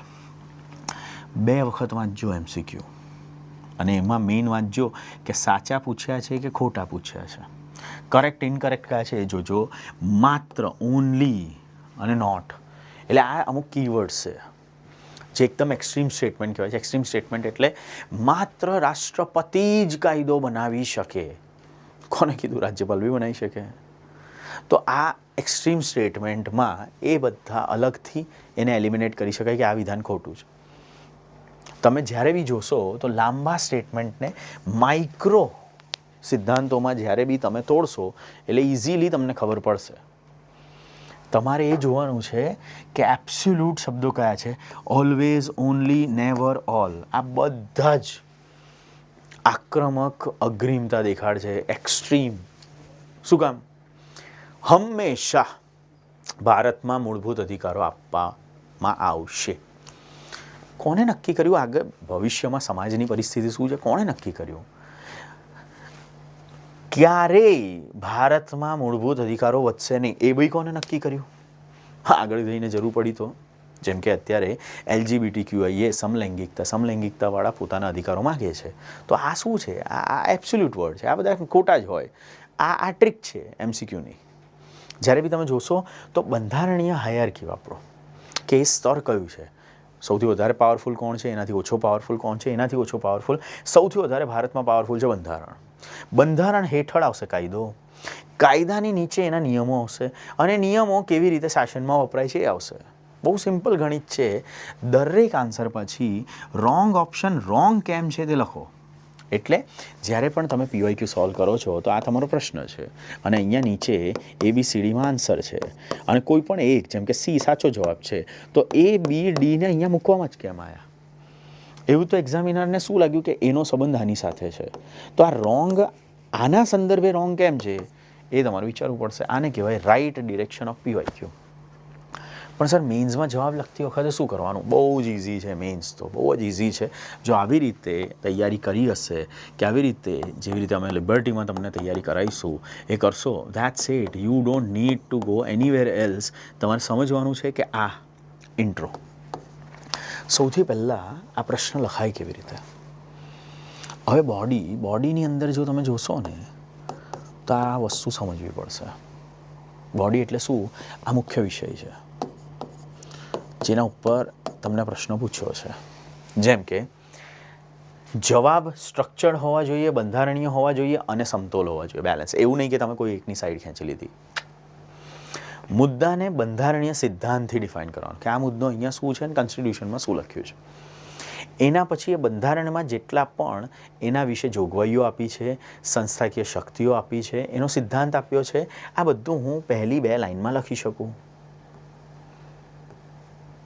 પરંતુ એના પછી આગળ મારે શું કરવાનું છે? ઉદાહરણો, ચુકાદા, કોઈ પણ કરંટ ઇસ્યુ વિશે વાત કરવાની છે. એટલે આગળ હવે હું અહીંયા 1-2 ચુકાદા આપી દઈશ, કરંટ અફેરનો કોઈ મુદ્દો આપી દઈશ. તો પહેલાં મેં બંધારણીય સિદ્ધાંતથી કોઈ પણ પ્રશ્ન મને પૂછ્યો, સપોઝ મને રાષ્ટ્રપતિ પૂછ્યો, તો અનુચ્છેદ 52થી ભારતમાં રાષ્ટ્રપતિનું એક જોગવાઈ છે, બ્રિટિશ બંધારણથી. આ તમે ઇન્ટ્રોડક્શન આપી શકો. પરંતુ આગળ બોડીની અંદર આવી રીતે હું બોડીના સ્ટ્રક્ચરને પણ 3 ભાગમાં તોડું છું. જ્યારે બી તમે જોશો ને તો દરેક શિક્ષક IBC ફોર્મેટમાં શીખવાડે છે. હું I અને એમાં Bમાં 3 અને એના પછી C. શું છે એ આ જ છે કે પહેલાં બોડીમાં પહેલો મુદ્દો મેં આ નાખ્યો. હવે એને વધારે તથ્યપૂર્ણ કરવા માટે, વધારે કે મારો આન્સર સારો છે, મારો આન્સર સાચો છે, તમારે પરીક્ષકને આકર્ષવાનો છે તમારા પેપર સુધી. અને પેપર આકર્ષાશે જ્યારે એમાં ડેટા હશે, એમાં કન્ટેન્ટ હશે, અને કન્ટેન્ટ બહુ સારો હશે. અને કન્ટેન્ટને સારો બનાવવા માટેના આ ફેધર્સ છે. ફેધર્સ એટલે તમારા મુકુટમાં એક જે પીંછું નાખે ને એ છે. એક ઉદાહરણ, એને લગતો એક ચુકાદો, એને લગતા વર્તમાનનો કોઈ મુદ્દો, આ જ્યારે લખશો તો અહીંયા આવશે. એના પછી શું કરીએ? એના પછી બેલેન્સ. મર્યાદા દેખાડો, એના પડકારો દેખાડો અને એનો એક વિરોધાભાસ બી આમાં દર્શાવો. આ થઈ ગયું. યસ. હવે આવી જાઓ કન્ક્લુઝન પર. એટલે નિષ્કર્ષ તમારે અહીંયા લખવાના છે. અને નિષ્કર્ષ કેવા હોવા જોઈએ? નિષ્કર્ષ હંમેશા હોવા જોઈએ બંધારણીય નૈતિકતાવાળા. નિષ્કર્ષ હંમેશા હોવા જોઈએ પ્રેક્ટિકલવાળા. એટલે નિષ્કર્ષ તમે જ્યારે પણ લખશો કન્ક્લુઝન તો વિચારવાનું કે એ હકારાત્મક હોવો જોઈએ. એવું નહીં કે ઉડાડ દો. ના. ભારતમાં કસાબે આતંકવાદી હુમલો કર્યો તો કસાબને બી ભારતે ન્યાયિક પ્રણાલીથી આગળ મૂક્યા. એટલે ભારતે એ દેખાડ્યું કે અમે કાયદા અધીન ચાલીએ છીએ. અમે કોઈ પાકિસ્તાન જેવો દેશ નથી. અમે કાયદા અધીન ચાલીએ છીએ અને કાયદાથી જ આ તમામ વસ્તુ થાય છે. જો તમારે જોવું હોય કે કોઈ પણ એક ટોપિકની સિંગલ પેજ નોટ કેવી રીતે બની શકે જે પ્રિલિમ અને મેઇન્સ બંનેમાં હોય તો એનો હું ડેમો આપું લાઈવ. ફોર એન એક્ઝામ્પલ અહીંયા લખ્યું છે જ્યુડિશિયલ રિવ્યૂ, તો ન્યાયિક સમીક્ષા. હવે મારે ન્યાયિક સમીક્ષાને એક પેજમાં બનાવવું હોય તો હું કેવી રીતે બનાવું? ન્યાયિક સમીક્ષા શું છે? તો અહીંયા મેં લખ્યું કે કોર્ટ કાયદા અને એક્ઝિક્યુટિવ એક્શન ને બંધારણ સામે ટેસ્ટ કરી શકે. એટલે આજે ન્યાયતંત્ર, આપણે હમણાં જ વાત થઈ હતી કે ન્યાયતંત્ર જોશે, શું જોશે? ન્યાયતંત્ર જોશે કે સંસદ કેવી રીતે કામ કરે છે. બરાબર તો કરે છે ને કાયદો. અને જ ન્યાયતંત્ર જોશે કે કારોબારી તમે આજે જે પણ કામ કર્યું એ વ્યક્તિગત રીતે બંધારણમાં લખ્યું છે, નિયમાધીન કર્યું ને. એવું નથી ને કે તમને સત્તા હતી નહીં તમે મંડી પડ્યા. ના, સહેજ પણ નહીં. તો આજે પહેલાં મેં એની સંકલ્પના મેં એક ડેફિનેશનમાં ડિફાઇન કર્યું. એના પછી શું છે, એને લગતા જે બી અનુચ્છેદો છે બધા મેં અહીંયા લખી નાખ્યા. આ એક જ પેજ છે. એના પછી એનો મુખ્ય સિદ્ધાંત શું છે? એનો મુખ્ય સિદ્ધાંત એ છે કે ન્યાયતંત્ર વારંવાર આ બંનેને યાદ દેખાડશે કે આ દેશ કોઈનો નથી, પરંતુ આ દેશ બંધારણ થકી ચાલે છે. બંધારણે તમને શક્તિ આપી છે કરવાની, તો હું કરવા દઈશ. બાકી હું ચુકાદો આપીને આને કરું છું કેન્સલ. આ કેન્સલ આ તો છે સમીક્ષા. એટલે જ્યારે સંસદે એવું કીધું કે અમને કાયદા બનાવવાની છૂટ છે, તમે કોણ અમને રોકવાવાળા? ત્યારે ન્યાયતંત્રે કીધું અમે રોકવા નથી આવ્યા, અમે ફક્ત સમીક્ષા કરી રહ્યા છે. We are just reviewing, we are just checking કે તમે બરાબર બનાવ્યું કે નહીં. એનું અમારે ખાલી ચેકિંગ કરવું છે. આપણે જોવાનું છે કરંટ લિંકેજ, એટલે કોઈ પણ અપોઇન્ટમેન્ટ થઈ છે, કોઈ પણ ઇલેક્ટોરલ રિફોર્મ્સ એટલે કોઈ પણ ચૂંટણી સંબંધિત સુધારા થયા છે, કોઈ પણ પ્રકારે સંઘવાદમાં ઘર્ષણ થયું છે. આજે શું કોઈના અધિકારોની સુરક્ષા નથી મળી રહી તો ન્યાયતંત્ર વચ્ચે પડશે. અને છેલ્લે એક્ઝામ આઉટપુટમાં તમારે જોવાનું છે કે જ્યુડિશિયલ રિવ્યૂમાં કેવા કેવા સ્ટેટમેન્ટના પ્રશ્નો પૂછાય છે અને એમાં મેન્સલક્ષી કેવા પ્રશ્નો પૂછાય. હવે આ એક જ પેજમાં મેં લખી નાખ્યું. જો મારા મગજમાં ન્યાયિક સમીક્ષા છે, મેં પુસ્તકો વાંચ્યા છે અને વ્યવસ્થિત રીતે તૈયારી કરી છે, હવે મારે આગળ કશું જ નહીં વાંચવાનું. હું ફક્ત ભૂલું નહીં એના માટે આ પેપર તૈયાર રાખવાનું. એટલે આ તૈયાર રાખશો એટલે વસ્તુઓ તમારા હાથમાં જ છે. તમારે પ્રિલિમ્સમાં કેવી રીતે વાંચવાનું છે? For an example judicial review topic એ જ છે, પણ પ્રિલિમ શું ચેક કરશે? પ્રિલિમ ચેક કરશે કે શું ન્યાયતંત્રને આ સત્તા મર્યાદિત છે કે અમર્યાદિત છે. અમર્યાદિત તો કશું જ ના હોય ને, નહીં તો સામેવાળો એકદમ આગળ નીકળી જાય. કાલથી ન્યાયતંત્ર કે હું જ કાયદો બનાવીશ અને હું જ આ દેશ ચલાવીશ, તો તમને પ્રિલિમ્સમાં આના વચ્ચે એક સ્ટેટમેન્ટ બનાવી શકે. ભારતમાં શું અન્ય કોઈ પણ ન્યાયિક સમીક્ષા કરી શકે છે? એટલે હાઈકોર્ટને પણ શું પાવર છે એ જોશે. ન્યાયિક સમીક્ષાને લગતા મૂળભૂત બંધારણીય ઢાંચામાં શું એનો સમાવેશ થયો છે એના વિશે વાત કરશે. તમને પૂછવામાં આવશે કે બંધારણીય સુધારા શું છે, આ તમારે સમજવાનું. આજે તમને પૂછવામાં આવશે કે ન્યાયિક સમીક્ષા અને ન્યાયિક સક્રિયતા આ બંને વચ્ચે અંતર શું છે. આ બધા સ્ટેટમેન્ટ બનશે ને આ સ્ટેટમેન્ટમાં તમે મૂંઝાઈ જશો. મૂંઝાવ ના એટલે પહેલાં પેપર વ્યવસ્થિત તૈયાર રાખવાનું. પરંતુ સર આ જ ન્યાયિક સમીક્ષાને મેન્સલક્ષી કેવી રીતે પૂછાય? મેન્સલક્ષી તમારે જોવાનું કે લોકશાહી મજબૂત કરે છે ન્યાયિક સમીક્ષા. ન્યાયિક સમીક્ષામાં એ જોવાનું કે આ જે સંસ્થા સાથે જે ઘર્ષણ છે એને ટાળે છે. એટલે હવે મેન્સલક્ષી જો મને પૂછાય તો આપણું ફ્રેમવર્ક એકદમ તૈયાર હોવું જોઈએ કે ન્યાયિક સમીક્ષા બંધારણની મહાનતા દર્શાવે છે કે બંધારણ સર્વોચ્ચ છે. ન્યાયિક સમીક્ષા શું દર્શાવે છે કે ભાઈ મૂળભૂત અધિકારો મહત્ત્વના છે અને કોઈ પણ રીતે જો હુકમી કોઈ જ નહીં કરી શકે. અને સંઘવાદમાં પ્રધાનમંત્રી, મુખ્યમંત્રી, રાજ્યપાલ, રાષ્ટ્રપતિ આ બધા સારી રીતે શાંતિથી કામ કરશે અને દેશ ચાલશે. આપણે જોવાનું છે કે શું ન્યાયતંત્ર પોતે તો એટલું આગળ નથી જતું ને કે ન્યાયતંત્ર પોતે જ નિર્ણયો કરવા માંડે છે. તો ઓવરરીચ એટલે શું? હસ્તક્ષેપ, કે તમારે એટલું આગળ નથી જવાનું કે તમે અમારા કામમાં હસ્તક્ષેપ કરવા માંડો, તો એ અટકાવશે. જોવાનું શું છે? જોવાનું છે જ્યુડિશિયલ રિસ્ટ્રેન, કે ન્યાયતંત્ર અમુક વખતે સંયમ રાખવો જરૂરી છે, ન્યાયતંત્ર રાખે છે. તો આ મેન્સલક્ષી આ બધું તમારે જોવાનું છે. પણ વિદ્યાર્થીઓ શું કરે છે? વિદ્યાર્થીઓ સામાન્ય ભૂલો કરે છે, અને એ સામાન્ય ભૂલો કરતાં કરતાં આપણે આ વસ્તુ ભૂલી જઈશું. તો કઈ તમારી ટોપ ભૂલો કે જે મેં અહીંયા દર્શાવી છે? આ નહીં કરો ને, polity is a cake walk. Easily solve થશે ને આરામથી તમે સોલ્વ કરી શકશો. સૌથી પહેલી ભૂલ PYQ વગરનું વાંચન. તમે PYQ નથી વાંચી રહ્યા. બીજી તમારી ભૂલ કે દરેક પેરેગ્રાફને ઇક્વલી ઇમ્પોર્ટન્ટ તમે સમજો છો, અને આજે પતી ગયું, વાંચ કર્યું, તમને એવું થયું બધું ઇમ્પોર્ટન્ટ જ છે ને. અરે એક્ઝામ છે, એક્ઝામની પુસ્તક બની છે, તો પુસ્તકમાં તમને બધું ઇમ્પોર્ટન્ટ લાગશે, પરંતુ PYQ જુઓ ત્યારે ખબર પડશે કે આજે આમાંથી વારંવાર પ્રશ્ન પૂછે છે. PYQ જ્યારે હોય ને ત્યારે તમને ખબર પડે કે શું મારે વાંચવું. આજે એનું સોલ્યુશન દરેક મેજર ટોપિક પહેલાં PYQનું એક પ્રિવ્યૂ કરી નાખો. જ્યારે બી વાંચવા બેસો ત્યારે એ કરી નાખો. બીજી મિસ્ટેક શું? આર્ટિકલ આવડે છે, આર્ટિકલના નંબર્સ આવડે છે, તો બેઠા છે મિત્રો વચ્ચે અને ફ્લોન્ટ કરશે, શો ઓફ કરશે કે જો મને બધા નંબર આવડે છે. આર્ટિકલ મહત્ત્વપૂર્ણ છે જ નહીં, એની પાછળનું લોજિક વધુ મહત્ત્વપૂર્ણ છે કે આ કેમ આવ્યા. આજે નંબર્સ કરતાં ક્લસ્ટરને યાદ રાખો. ક્લસ્ટર શું છે? એક્ઝામ્પલ કે ભારત શું છે? ભારત સંઘ છે, અને ભારત સંઘનું એક શું છે? એક છે રાજ્ય ક્ષેત્ર. એટલે વર્તમાનમાં જો મારે જોવું હોય તો હું જોઈશ કેવી રીતે? વર્તમાનમાં સંઘ જોઈશ, અને એ સંઘની અંદર મારે એ જોવાનું છે કે એનું રાજ્ય ક્ષેત્ર શું છે. તો આ ક્લસ્ટર ભાગ 1માં આવે છે, અને ભાગ 1માં કેટલા અનુચ્છેદ આવે છે? 1 થી 4 આવે છે. ભાગ 2માં શું આવે છે? ભાગ 2માં નાગરિકતા આવે છે, કે હવે ચલો ભારત શું છે એ તો બનાવી દીધું, એનું રાજ્ય ક્ષેત્ર બનાવી દીધું, હવે લોકો કોણ રહે છે? તો કે લોકો રહે છે 5 થી 11માં આવે છે. ઓકે, હવે એ લોકો પોતાના વિકાસ માટે શું કરશે? મૂળભૂત અધિકારોની માંગણી કરશે. તો મૂળભૂત અધિકાર ક્યાં આવે છે? 12 થી 35માં આવે છે. આજે જો આ બધું જ છે, તો ચોથામાં શું છે? ચોથામાં એ છે રાજ્ય નીતિના માર્ગદર્શક સિદ્ધાંતો. તો રાજ્ય નીતિના માર્ગદર્શક સિદ્ધાંતોમાં શું થાય છે? માર્ગદર્શક સિદ્ધાંતોમાં સરકારને માર્ગદર્શન આપવામાં આવે છે કે તમારે કેવી રીતે નીતિ બનાવવી જોઈએ. ક્યાં છે? 36 થી 51માં લખ્યું છે. આ ક્લસ્ટર થયું. પરંતુ માર્ગદર્શન કોને મળે? માર્ગદર્શન મળે કેન્દ્ર સરકાર, રાજ્ય સરકાર બંનેને. તો સર કેન્દ્ર સરકાર ક્યાં લખ્યું છે? કેન્દ્ર સરકાર ભાગ 5માં લખ્યું છે સંઘ. સર એના અનુચ્છેદ કયા છે? એના અનુચ્છેદ છે 52 થી 151, 52 to 151. સર છઠ્ઠામાં શું છે? છઠ્ઠામાં છે રાજ્ય. રાજ્યના ક્યાંથી છે? 152 થી 237, 237 અહીંયા સુધી. તો આખા સ્ટ્રક્ચરમાં આ સિસ્ટમ આવી રીતે આવશે. ક્લસ્ટર યાદ છે, અંદરના મુદ્દા આપોઆપ યાદ આવશે. તમારે ક્લસ્ટર યાદ રાખવાના છે. રિવિઝન સાયકલ નથી. જો રિવિઝન કરતા જશો તો ભૂલતા જશો. રિવિઝન સાયકલનું અમે સોલ્યુશન લિબર્ટીમાં વિદ્યાર્થીઓને આપીએ છીએ કે 1 દિવસ, 7 દિવસ, 30 દિવસ, 90 દિવસનું રિવિઝન સાયકલ આપો.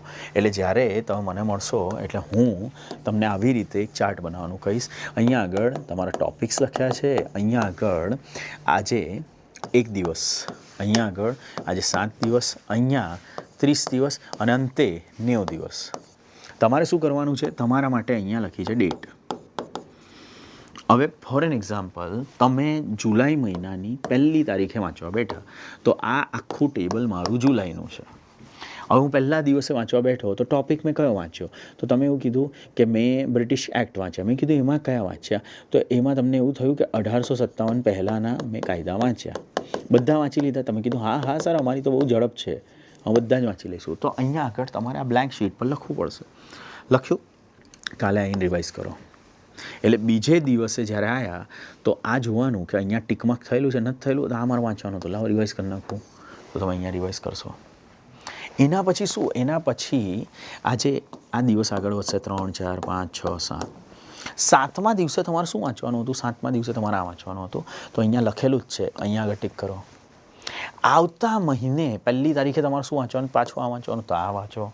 એટલે એકનો એક ટોપિક તમે 3-4 વખત રિવાઇઝ કરશો. ટેબલ બનેલું હશે તો ટૉપિક લખેલો હશે, અને ટૉપિક લખેલો હશે તો સાયકલ મજબૂત છે. જો આ ભૂલી ગયા તો તમને એ નથી યાદ કે 2 અઠવાડિયા પહેલાં બપોરે શું ખાધું હતું. હું તમને એક્ઝેક્ટ કહું કે આજે જો બુધવાર હોય, આજે મંગળવાર હોય, તો ગયા મંગળવારે બપોરે લંચમાં શું ખાધું નહીં યાદ હોય એટલે યાદ કરવાનો કોઈ પ્રયત્ન બી ના કરતા. તો તમને લાગે જ કે વાંચવાનું તમને યાદ રહેશે? તમને લાગે છે કે એ દિવસે જે ટૉપિક તમે વાંચ્યો એ તમને એક્ઝેક્ટ યાદ છે? ના યાદ રહે. એટલા માટે અમે લિબર્ટીના વિદ્યાર્થીઓને આ સિસ્ટમમાં ડેવલપ કરેલા છે. હવે જો તમે નથી તો તમે આ વિડીયો પરથી શીખો કે આવી રીતે મારે કામ કરવું પડશે. તમારે વારંવાર જોવું પડશે કે રિવિઝન ટેબલ શું છે. તમારે જોવું પડશે કે PYQ શું છે, કેવા સ્ટેટમેન્ટ રોંગ છે. આ જોવું પડશે વારંવાર. પ્રિલિમ વખતે મેન્સને તમે નકારી કાઢો છો. તમારે કોઈ પણ વસ્તુ યાદ રાખવાની છે. આ ઇન્ટિગ્રેટેડ પ્રિપરેશન છે. તમે ક્યારે પણ અવગણના ના કરો કોઈની. મેન્સની અવગણના એ શું છે? મેન્સની અવગણના એટલે તમે ખાલી પ્રિલિમ પાસ થવા માટે લો છો. પ્રિલિમથી નોકરી નથી મળતી વિદ્યાર્થી મિત્રો. પ્રિલિમ મેન્સ બધું ભેગું હોય. અને ઇન્ટિગ્રેટ એટલે તમારે કોઈ પણ વિષયોમાંથી કોઈ પણ મહત્ત્વપૂર્ણ ટૉપિક 100-150 શબ્દમાં લખી શકો છો. લખી શકવાની આઉટલાઇન તૈયાર છે. હવે તમારો વિષય તૈયાર થઈ ગયો. આપણે આ જ જોવાનું, બીજું કશું જ નથી જોવાનું. પોલિટી વિષયમાં UPSCએ છેલ્લા 4 વર્ષમાં 2022, 23, 24, 25 કયામાંથી કેટલા પ્રશ્નો પૂછ્યા છે. હવે આ એનાલિસિસ તમે જાતે ઘરે કરવા બેસશો અને એક એક્સપર્ટ કરવા બેસશે તો અંતર એ જ તો આવશે. અંતર એ જ તો છે કે મારા માટે ખબર છે કે આ ક્લસ્ટર મહત્ત્વનું છે. શું કામ? કારણ કે આ મેં ઓલરેડી ઉપર મૂકેલું. તમારા મૂળભૂત અધિકારો, DPSP ફરજો સારા હોવા જોઈએ. સંસદીય પ્રક્રિયા તમારી સારી હોવી જોઈએ. શું કામ? છેલ્લા 4 વર્ષમાં UPSCએ સૌથી વધારે પૂછ્યું છે. GPSCની શું સ્ટોરી છે સર? GPSC આ નવા બદલાયેલા જે અધ્યક્ષ છે એમના બાદ GPSC 2 વર્ષ લેવાય. હવે એ 2 વર્ષ કયું સર? 2025નું પેપર છે, 2024નું પેપર છે. 25-26ના મેં એવરેજ ક્વેશ્ચન લખ્યા છે 6 અને 8. મૂળભૂત અધિકારોમાંથી એમને 2 અને 3 પૂછ્યા. એટલે GPSC થોડા બેલેન્સ અપ્રોચમાં જાય છે એઝ કમ્પેર ટુ UPSC. પરંતુ GPSC આજે UPSC જેવું નથી કરતી. GPSC જો કોઈ પણ વિષય એને ગમી ગયો છે, જેમ કે પોલિટી એનો ફેવરેટ વિષય છે, ઇકોનોમી એનો ફેવરેટ વિષય છે, તો એ વધારે પૂછી લે છે. આજે વ્યક્તિગત રીતે આવા પ્રશ્નો પૂછાય. આને ઇઝી પ્રશ્નો કહેવાય. શું કામ ટ્રિગર થયો UPSC 2024માં? કારણ કે ચૂંટણી હતી 2024માં. 2024માં ચૂંટણી હતી તો ભારત સરકાર દ્વારા સીમાંકન પંચ, ડિલિમિટેશન કમિશન કેટલા બનાવ્યા? એની સંખ્યા હોય 4 બનાવ્યા. તમને ખબર જ હોવી જોઈએ. ટ્રિગર કેમ થયો? ચૂંટણીને લીધે થયો. પક્ષ પલટા વિરોધી કાયદો જે છે, પક્ષ પલટો કેમ થયો? તો પક્ષ પલટો શું કામ આજે 25માં પૂછ્યો? કારણ કે 2024ની જે ચૂંટણી હતી એમાં બહુ જ બધા પ્રતિનિધિઓ એક પક્ષ છોડીને બીજા પક્ષમાં ગયા હશે. કોંગ્રેસવાળા BJPમાં ગયા હશે, BJPવાળા કોંગ્રેસમાં. કોઈ પણ રમત થઈ શકે. પરંતુ એના આપણા માટે મહત્ત્વનું શું છે? આપણા માટે મહત્ત્વનું છે આ કે પક્ષ પલટા વિરોધી કાયદાનો સંદર્ભમાં ગૃહના સભ્યને ગેરલાયક કોણ ઠેરવે? જો તમે વાંચ્યું હશે તમને ખબર છે કે ગૃહના અધ્યક્ષને સભાપતિ ઠેરવે. આ વસ્તુ ક્લિયર છે. જ્યારે પણ આજે 2026માં પૂછવામાં આવ્યું કે કયા લેખમાં ભારતને રાજ્યોનો સંઘ તરીકે ઓળખવામાં આવે છે? આર્ટિકલ 1 બહુ ઇઝી છે. પરંતુ આ બધા પ્રશ્નો વન લાઇનર્સ કેવા છે? Easy questions. These are easy questions. હવે જો આને મીડિયમ લેવલે બનાવશે તો શું કરશે? 2024 UPSC આ પ્રશ્ન પૂછશે. હવે એ લોકો સ્ટેટમેન્ટના ફોર્મેટમાં આવ્યા કે ભારત સરકાર અધિનિયમ 1935ના સંદર્ભમાં અખિલ ભારતીય સંઘની જોગવાઈ કેવી રીતે થઈ છે? તો તેમને લખ્યું કે અખિલ ભારતીય સંઘની જોગવાઈ હતી 1935માં. એમને લખ્યું કે સંરક્ષણ અને વિદેશી બાબતો સંઘીય વિધાનસભા હેઠળ હતી. તો આજે સંરક્ષણની મેટર જો સંઘીય વિધાનસભાને આપી દે તો શું થાય? તમારે આ વિચારવું પડશે. અહીંયા આપણે આ પ્રશ્નો સોલ્વ કરાવવા નથી આવ્યા, પણ તમારે આ સમજવું પડશે કે દેશની અંદર સંરક્ષણની શક્તિ કોની પાસે હોવી જોઈએ જેનાથી દેશની એકતા અને અખંડિતતા જળવાઈ રહે. તમારે એ સમજવું પડશે. વિદેશી બાબતો ભારતના સંબંધો અન્ય સાથે છે કે ગુજરાતના સંબંધો અન્ય સાથે છે? તો ગુજરાતને હું સેનાનો પાવર આપું, ગુજરાતને હું કહું કે જાઓ અલગ અલગ તમે બધા દેશને મળી આવો. તો આ એ જ છે. હવે આમને થોડું ટ્રિકી બનાવ્યો. આ મીડિયમ લેવલના પ્રશ્નો કહેવાય છે.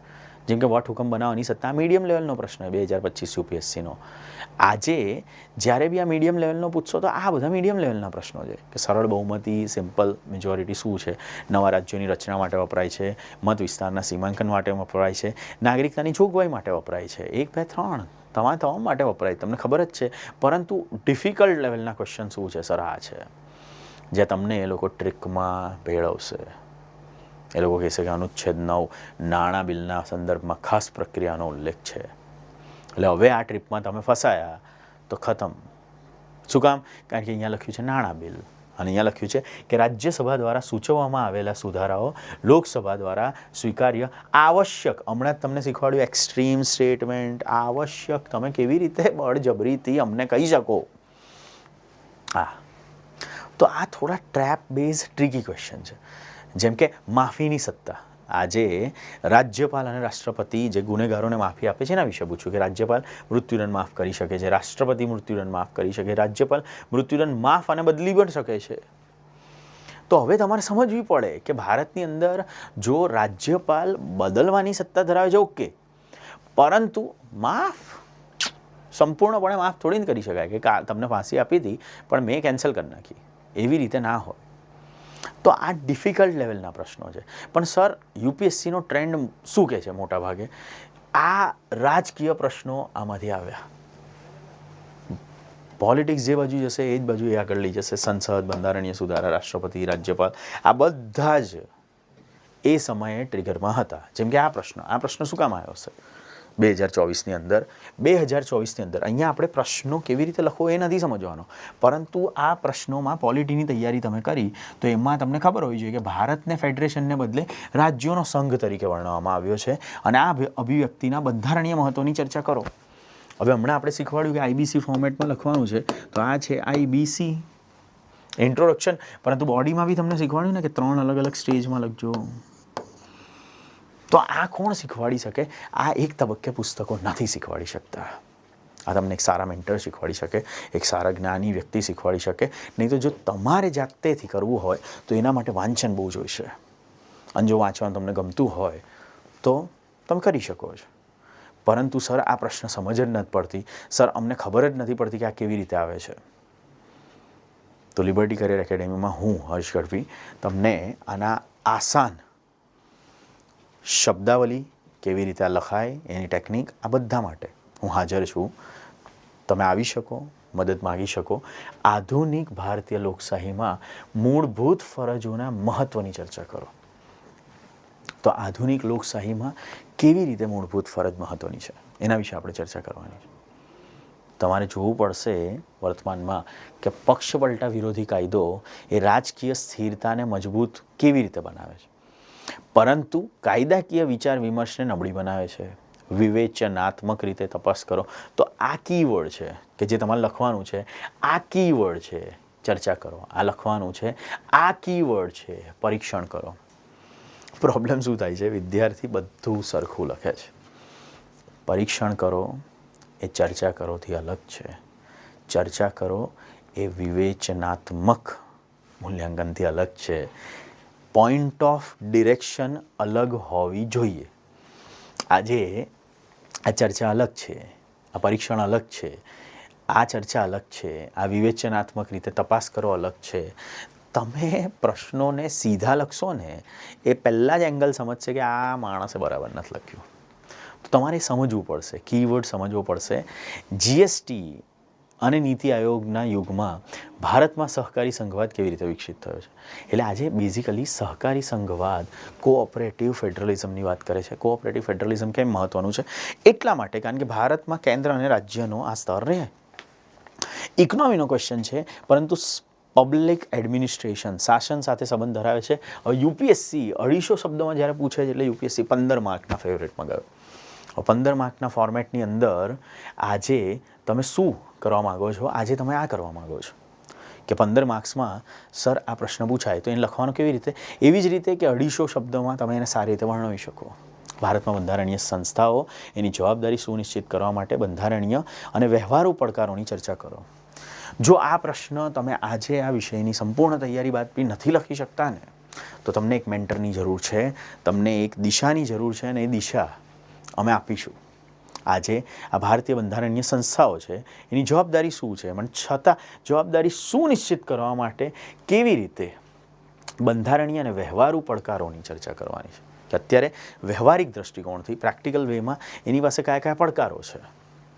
તો આ અમુક મેઇન્સ લક્ષી એક્ઝામના ક્વેશ્ચન પેપર ટ્રિગર થાય છે. જેમ કે ભારતીય સંઘવાદમાં રાજ્યપાલનું પદ સૌથી વધારે ચર્ચાસ્પદ સંસ્થા તરીકે ઉભરી આવ્યું છે.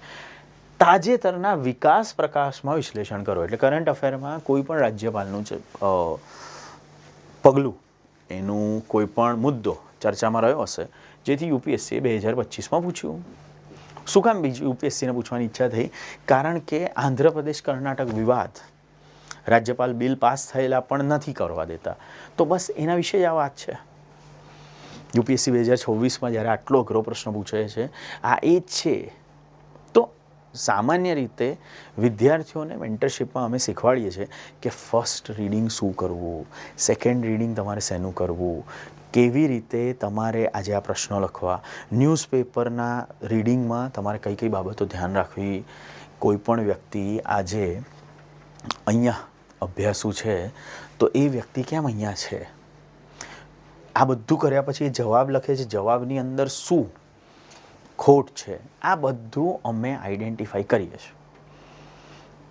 જો આપ જીપીએસસી અને યુપીએસસી માટે બહુ જ સિરિયસ હોય, જો આ આપનું સ્વપ્ન હોય તો લિબર્ટી કેરિયર એકેડેમી તમારી સંગાથે છે. તમે આવો, સમજો અને આ વિષયોના અભ્યાસને એવા ગહન ઊંડાણથી કરો કે જેનાથી કોઈ પણ પરીક્ષાનો કોઈ પણ મુદ્દો તમારા માટે અપરિચિત ના હોય.